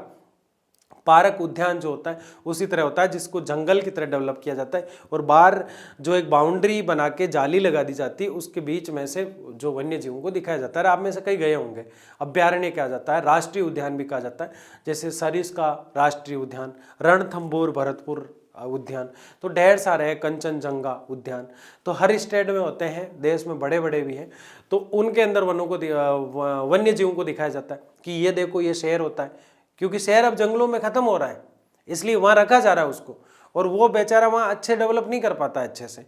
इसलिए इन लुप्त होती प्रजातियों को अगर बचाना है तो हमें किसको लगाना पड़ेगा? वनों को लगाना पड़ेगा। देखिए आगे, तो पहला पॉइंट आपके समझ में आ गया, उद्योग जो है वो नुकसान कर रहे हैं वनों को, तकनीकी जो है नुकसान कर रहे हैं, इससे वनों का दोहन यानी कटाई शुरू हो गई, और जो गति तेज होने के कारण कटाई की, वन खत्म हो गए। और वन अगर खत्म होंगे, साथियों दिमाग में बिठा लो, ये टॉपिक समझ में आ जाएगा आपको। वन अगर खत्म होंगे तो क्या माइनस हो जाएगा? वन्य जीव।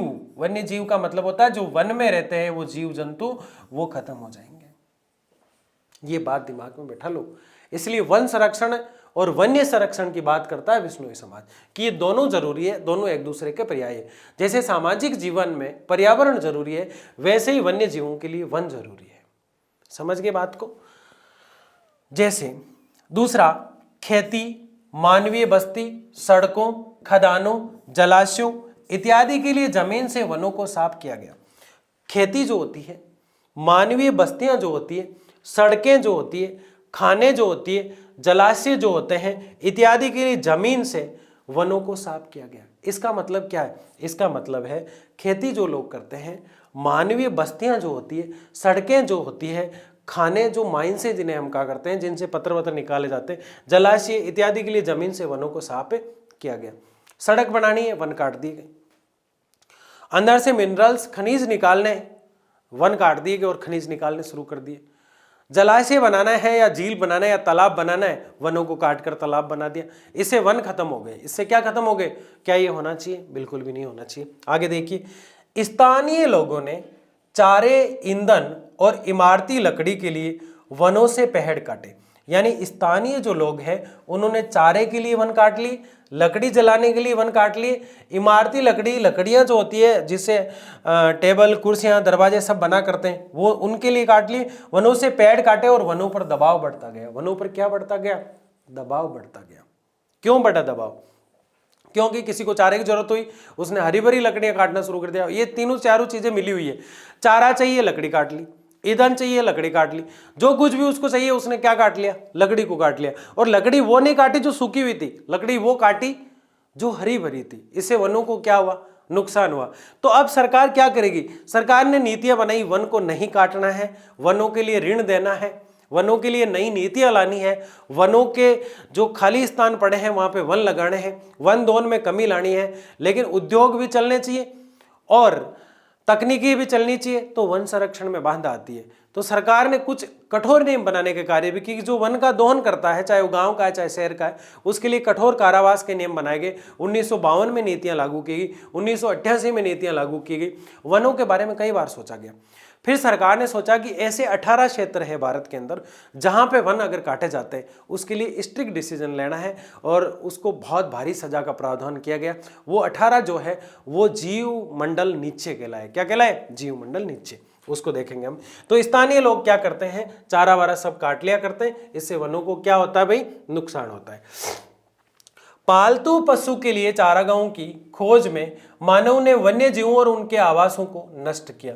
पालतू पशु जो है उनके जो चारागाह थे, खोज में मानव ने पालतू पशु के लिए नए चारागाहों की खोज में मानव ने वन्य जीवों और उनके आवासों को नष्ट किया। यानी पालतू, जैसे भेड़ है किसी के पास और यहां वन खत्म हो गए। जैसे मान लिया जाए एग्जाम्पल के लिए मैं भेड़ चरा रहा हूं और यहाँ वन खत्म हो गए बिल्कुल, तो मैं मेरा रेवड़, भेड़ों का जो झुंड होता है उसको रेवड़ बोला जाता है। क्या बोला जाता है? रेवड़। कई लोग इसको एवड़ कहा करते हैं, लेकिन सही शब्द किताबों में मिलता है रेवड़। तो रेवड़ जो होता है उसको लेके मैं कहीं और चला गया, जैसे एमपी चला गया, जैसे मैं यूपी चला गया, जहां मुझे लगता है कि यहाँ वन है और भेड़ आराम से चर सकती है, तो मैं क्या करता हूँ? वहाँ वनों को काटना शुरू कर देता हूँ, हरे भरे वनों को, और भेड़ को आराम से चराता रहता हूँ। तो मेरे जो पालतू पशु थे, मेरे जो भेड़ थे, उनको चारागाहों की खोज, यानी उनको चराने के लिए चारागाह, यानी वो जगह, चारागाह कौन हुआ? या मैं। चारागाह कौन हुआ? जिस क्षेत्र में जा रहा हूं वहां क्या करूंगा? वनों को काट दूंगा। किसके लिए? पालतू पक्षियों के लिए। और इससे क्या होगा? आवास को नष्ट कर दिया। वन जो है वहां वनों की स्थिति पूरी तरह से भयंकर प्रभावित हुई। दूसरा, रजवाड़ों तथा संप्रभात वर्ग ने शिकार को क्रीड़ा बनाया और एक ही बार में सैकड़ों वन्यजीवों का शिकार बनाया। व्यापारिक महत्व के लिए अभी भी पशुओं को मारा जा रहा है। ये बहुत इंपॉर्टेंट चीज है, बहुत इंपॉर्टेंट। आपने दो चीजें पढ़ी, एक तो वनों के संरक्षण के लिए महिलाओं को आगे आना चाहिए, महिलाओं को। दूसरी चीज यहां आपको दिखाई दे रही कि राजा महाराजा जो है पहले के, उन्होंने वनों को बहुत नुकसान पहुंचाया। किसको? वनों को। लेकिन यहां हम वन्य जीव देख रहे हैं तो ये चीज इस पे लागू होती है, क्योंकि ये दोनों एक दूसरे के पर्याय हैं। वन और वन्य जीव, अगर वन है तो वन्य जीव है, अगर वन ही नहीं है तो वन्य जीव नहीं है। वन्य जीव हो या ना हो, वन रह जाएंगे, लेकिन बिना वनों के वन्य जीव नहीं रहेंगे। ये बिल्कुल साफ बात है, एकदम क्लियर बात है। लेकिन वनों के संरक्षण में महिलाओं को आगे आना चाहिए, और वनों के संरक्षण में अगर कोई बाधा बने हैं तो वो वन्य जीवों के संरक्षण में अगर कोई बाधा बना है तो वो राजा महाराजा बने। और इसका एग्जाम्पल हमारे पास अमृता देवी था। महिलाओं को आगे आना चाहिए। मैंने ऑफलाइन क्लासों में लगभग कई लड़कियों से पूछा, आपकी आइडियल कौन है? तो कोई किसी को बताती है, कोई किसी को बताती है। मुझे एक बार भी ये सुनने को नहीं मिला कि अमृता देवी मेरी आइडियल है, जिनने वनों के लिए जान दे दी। क्यों? क्या आप उसका नाम नहीं ले सकते? बिल्कुल ले सकते हैं, क्योंकि वनों के लिए जान देना, सिर साटे रूख मिले तो भी सस्तो जान, बहुत बड़ी बात होती है वनों के लिए जान देना। इसलिए अमृता देवी आइडियल होनी चाहिए, हमारे घर में उसकी फोटो होनी चाहिए, ना कि इमरान हाशमी, मलिका शेरावत आदि की, क्योंकि वो आइडियल है समाज के। उन्होंने समाज को एक मैसेज दिया है कि वनों को डेवलप करना है ताकि वन्य जीव जी पाए। इसलिए लिखा है महिलाओं को भी आगे आना चाहिए वनों के लिए और वन्य जीवों के लिए। दूसरा, राजा महाराजा क्या करते थे? शिकार को खेल समझा करते थे। क्रीड़ा यानी खेल, क्रीड़ा शब्द प्रयोग हुआ खेल के लिए। वो शिकार किया करते थे, सुबह उठते थे, शिकार पे निकल जाते, वन्य जीवों का शिकार करते, मार देते, बस वही इंटरेस्ट, और कुछ नहीं। मर गया बस वही उनका इंटरेस्ट। आज भी शिकार किया जाता है, जनजाति के जो लोग होते हैं वो शिकार करते हैं, लेकिन वो वनों को संरक्षण भी देते हैं, और वो इतना शिकार नहीं करते जितनी उनको नीड होती है। वो मतलब अपना जीविकोपार्जन के लिए क्या करते हैं, लेकिन शिकार पर पूर्णतः प्रतिबंध है, पूरी तरह से प्रतिबंध लगाया गया है। इसी विश्नोई समाज की अगर बात करें तो सलमान खान ने गलती से एक हिरण का शिकार कर दिया। पहले कोर्ट ने कहा शिकार किया, फिर का शिकार नहीं किया कोर्ट ने, इसका मतलब हिरण ने आत्महत्या की थी। लेकिन बात यह नहीं है कि मतलब हिरण को मारा गया, बात यह है कि विश्नोई समाज ने सलमान खान के खिलाफ केस कर दिया। विश्नोई समाज वनों के लिए समर्पण का काम करता है, इतना खतरनाक है विश्नोई समाज। 20+9 जाम्बोजी के नियमों को मानने वाला है। और इसमें अमृता देवी की बात बार बार इसलिए कर रहा हूं क्योंकि इस मुद्दे पर बात होनी चाहिए।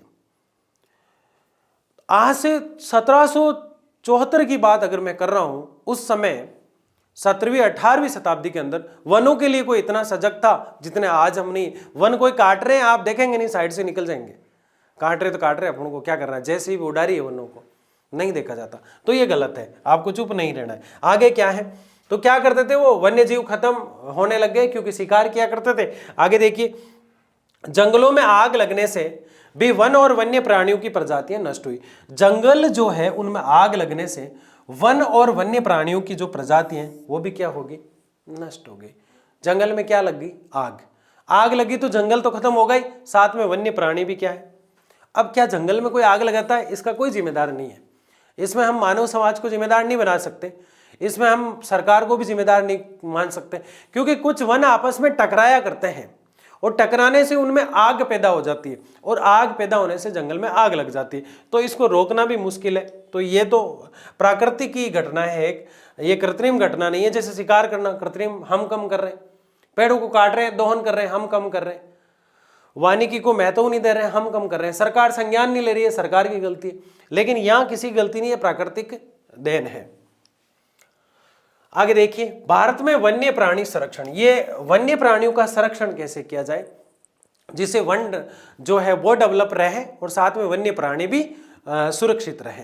तो देखिए, इसको समझिए बहुत आसान तरीके से। भारतीय वन्य जीव संरक्षण अधिनियम 1972 में बना। भारत का वन्य जीवों को संरक्षण देने के लिए, सुरक्षा देने के लिए, उन्हें एक अच्छा माहौल देने के लिए भारतीय सरकार ने देखो कितना लेट सोचा है। 1972 में, बताओ 1988 में क्या हुआ, वन के संरक्षण के लिए कुछ नीतियों में बदलाव किए गए और 1952 में वन नीति बनी, वनों के नियम बनाए गए। तो ये चीज सन आपको 3 याद रखना है। 1972 में क्या हुआ, 1972 में सबसे पहले वन्य जीवों के बारे में सोचा गया।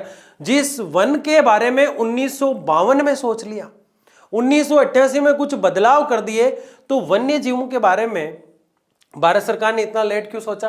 क्योंकि वनों के साथ ही अपना आप डेवलप हो रहे थे, लेकिन वन के रहते हुए भी शिकार के कारण ये डेवलप नहीं हो पा रहे थे। ये इस बात पर जो ज्ञान है, इस बात पर जो ध्यान है, वो भारत सरकार का बहुत लेट गया और 1972 में नियम बना। क्या नियम बना? इसका उद्देश्य क्या था? मुख्य शिकार पर रोक लगा दो। 1972 पर शिकार में रोक लगा दी, कोई भी शिकार नहीं करेगा भारत में, ठीक है। जनवरी 2003 में इसमें और संशोधन किया गया। कब किया गया? जनवरी 2003 में। तो अब 4 सन याद रखने आपको। पहला 1952 में, ध्यान से समझना मेरी बात को, 1952 और 1988। 1952 में वनों के लिए नियम बना और उसमें कुछ बदलाव 1988 में हुए। ये तो वन की बात हुई। लेकिन वन्य जीव, जो वन के जीव है, उनके लिए 1972 में नियम बने और 2000 कब का है, 2003 में उसमें कुछ बदलाव किए गए। ये आपको याद रखना है। वन विभाग की धारा 26 के तहत जो भी वन्य जीव को मारता है उसको 500 रुपए का जुर्माना और 6 माह की सजा, दोनों में से एक होगी या दोनों एक साथ होगी। जो भी मार देता है वन विभाग का, और वन काटता है उसके लिए भी ऐसी सजाएं हैं।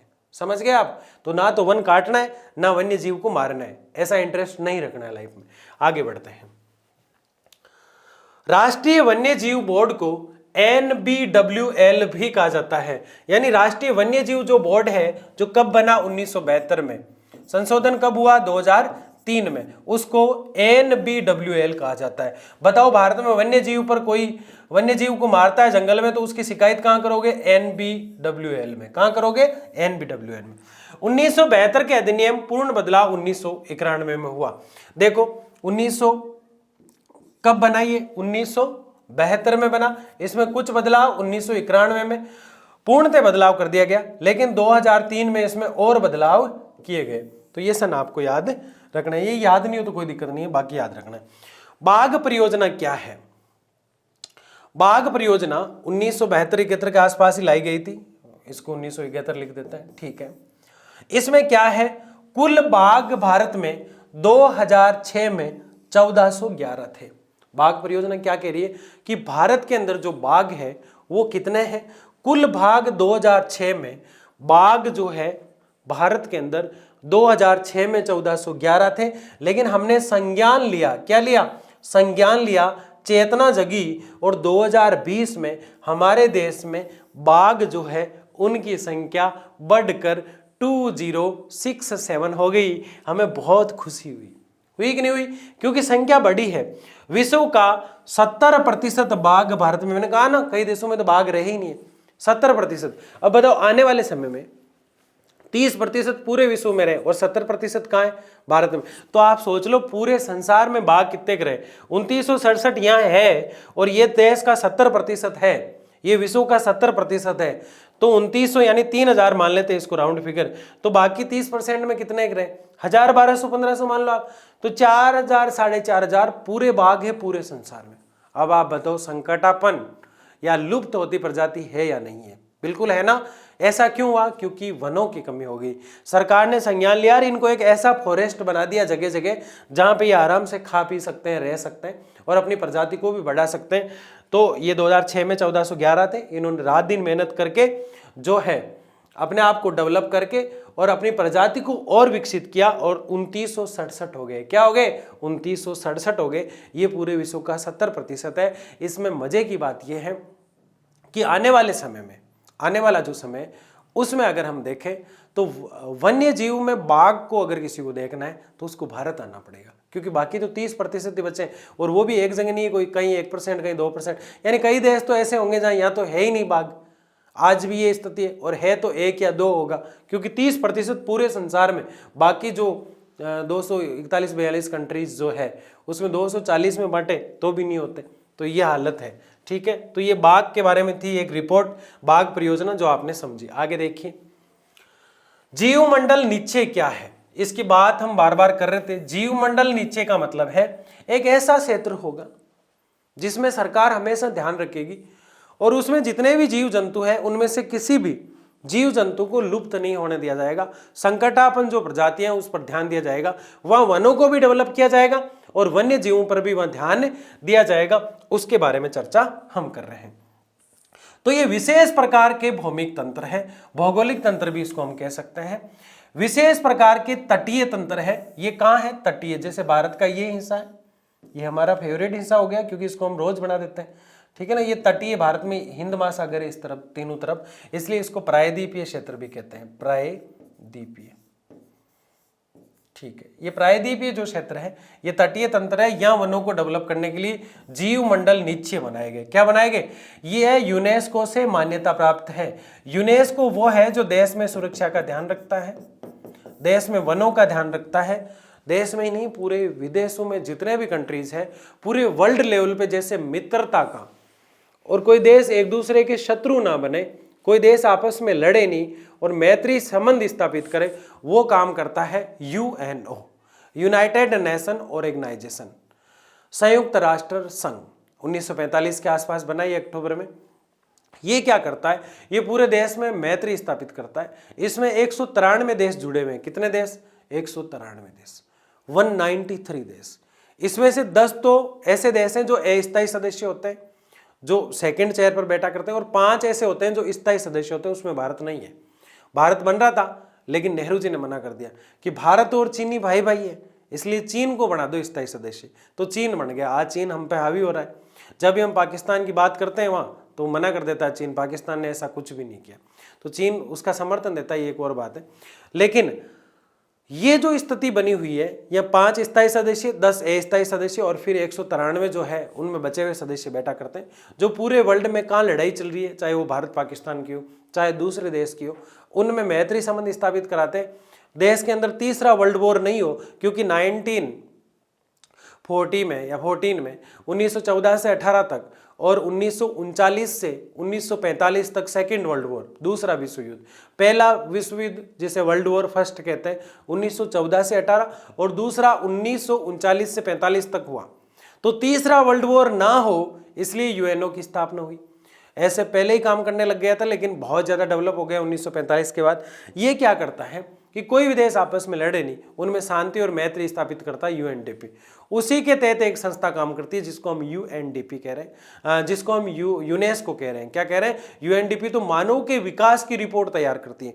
यूनेस्को क्या करता है? विश्व में ऐसी धरोहर या ऐसे वन जिनके डेवलप की बहुत जरूरत है, उन पर ध्यान दिया करता है। उन देशों को फंडिंग भी दिया करता है, उन देशों को पैसा भी दिया करता है, और जहां जो देश जिनके पास ज्यादा पैसा होता है उनसे लिया करता है। तो एक फंड का काम किया करता है यूनेस्को, जो मान्यता प्राप्त है। तो ये जो वन है, नीचे क्षेत्र जो है जीव मंडल नीचे, इसको यूनेस्को संरक्षण देता है, सिर्फ भारत सरकार ही नहीं देती है।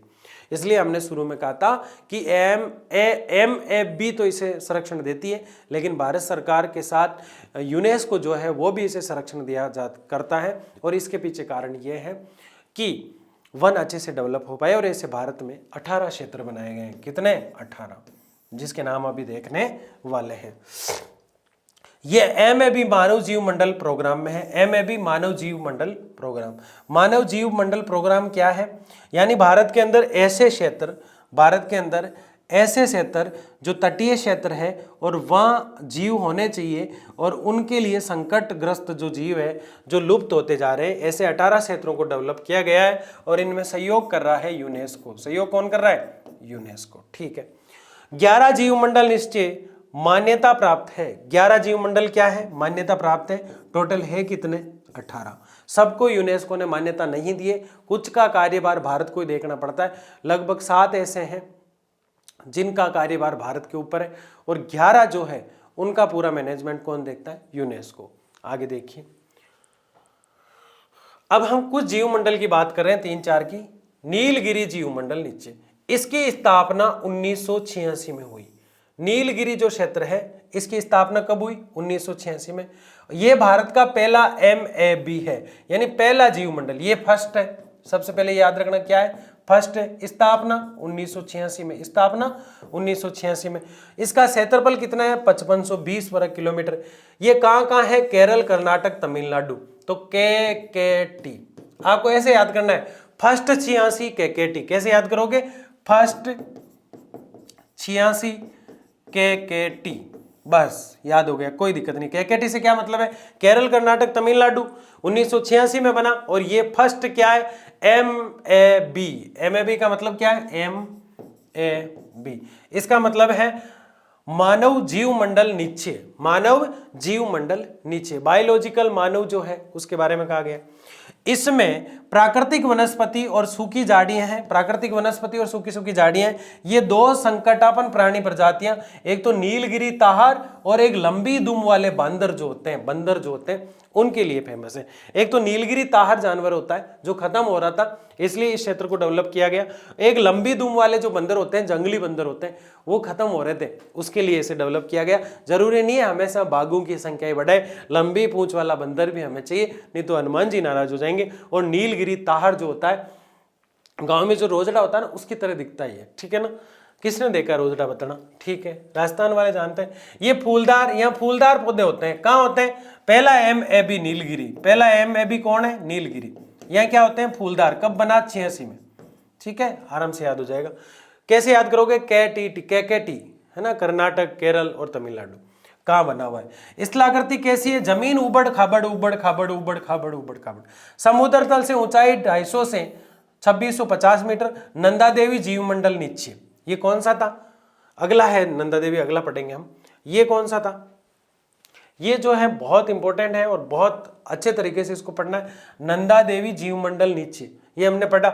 लेकिन नंदा देवी जीवमंडल नीचे जो है इसके बारे में बेसिक चीजें हमने पढ़ लिया था। नंदा देवी जीवमंडल जो नीचे ये दूसरे और क्षेत्रों से जुड़ा हुआ है, ये इसके बारे में बेसिक चर्चा हमें करनी है। लेकिन इस चर्चा को करने से पहले हमें जो है सुंदरवन की बात करनी पड़ेगी, जो बहुत महत्वपूर्ण है। ये जीवमंडल नीचे उत्तराखंड में है, नंदा देवी जीवमंडल कहाँ है, उत्तराखंड के उस क्षेत्र में। यहाँ वृक्ष सिल्वरवुड, लेटिफोली और हिम तेंदुआ, काला भालू और भूरा भालू बाज आदि पाए जाते हैं। ये उसी की बात कर रहे हैं हम, ठीक है। आगे देखिए, ये बहुत महत्वपूर्ण है, सुंदरवन जीवमंडल नीचे, सुंदरवन वन जीवमंडल नीचे। अभी कौन सा पढ़ा, नंदा देवी, यानी कि क्या हम सारे 18 इस तरह पढ़ेंगे, 11 तो जो यूनेस्को ने जिनको संरक्षण दे रखा है वो, और 7 जो भारत ने खुद ने बनाए, क्या 11 को इस तरह पढ़ना है, नहीं। हमने नीलगिरी वाले की और नंदा की बात इसलिए की क्योंकि ये अपने आप में डेवलप है, अपने आप में एक मायना रखते हैं। देखिए हमने शुरू कहाँ से किए थे, सबसे पहले बात की हमने बेसिक जो है वनों के बारे में, किसके बारे में, फिर हमने बात की नीलगिरी जीवमंडल के बारे में, नीलगिरी के बाद हमने नंदा देवी की बात की। नंदा देवी पे हमने ज्यादा समय नहीं लिया, ये यहाँ तक जो बात है वो किसकी, यहाँ तक नीलगिरी की। नीलगिरी जो है 86 में पहला MAB बना और उसमें जो संकटग्रस्त प्रजातियां जो है उसकी बात की, लंबी पूंछ वाले बंदर वगैरह, ये हमने बात की, और फूलदार वृक्ष होते हैं, इतना ऊंचा है। लेकिन यहाँ जो टॉपिक दिया हुआ है नंदा देवी जीवमंडल निश्चय, इसको आगे हेडिंग में देखने को मिलता है, यहाँ पे नंदा देवी जीवमंडल नीचे। इसमें कोई खास बात नहीं है, इसमें यह है कि उत्तराखंड में है और ये सिल्वरवुड और लेटिफोली वृक्ष जो होते हैं उनके लिए जाना जाता है। लेकिन आपको भूरा भालू और काला भालू, तेंदुआ और बाज, ये जो संकटग्रस्त प्रजाति है ये यहाँ खत्म हो रही है। पहले कहा जाता था कि बाज और कुर्जा जो होती है वो बहुत उड़ा करती थी, कोई भी प्राणी खत्म होता था, कोई भी जीव खत्म होता था, गाय भैंस बकरी, तो उसको खाने के लिए वो चील और आ जाया करती थी, वो लगभग खत्म सी हो गई है। तो ऐसी प्रजातियां बाज है, चील है, भूरा भालू है, काला भालू है, तेंदुआ है, इनके संरक्षण के लिए नंदा देवी जीवमंडल नीचे बनाया गया। कौन सा बनाया गया,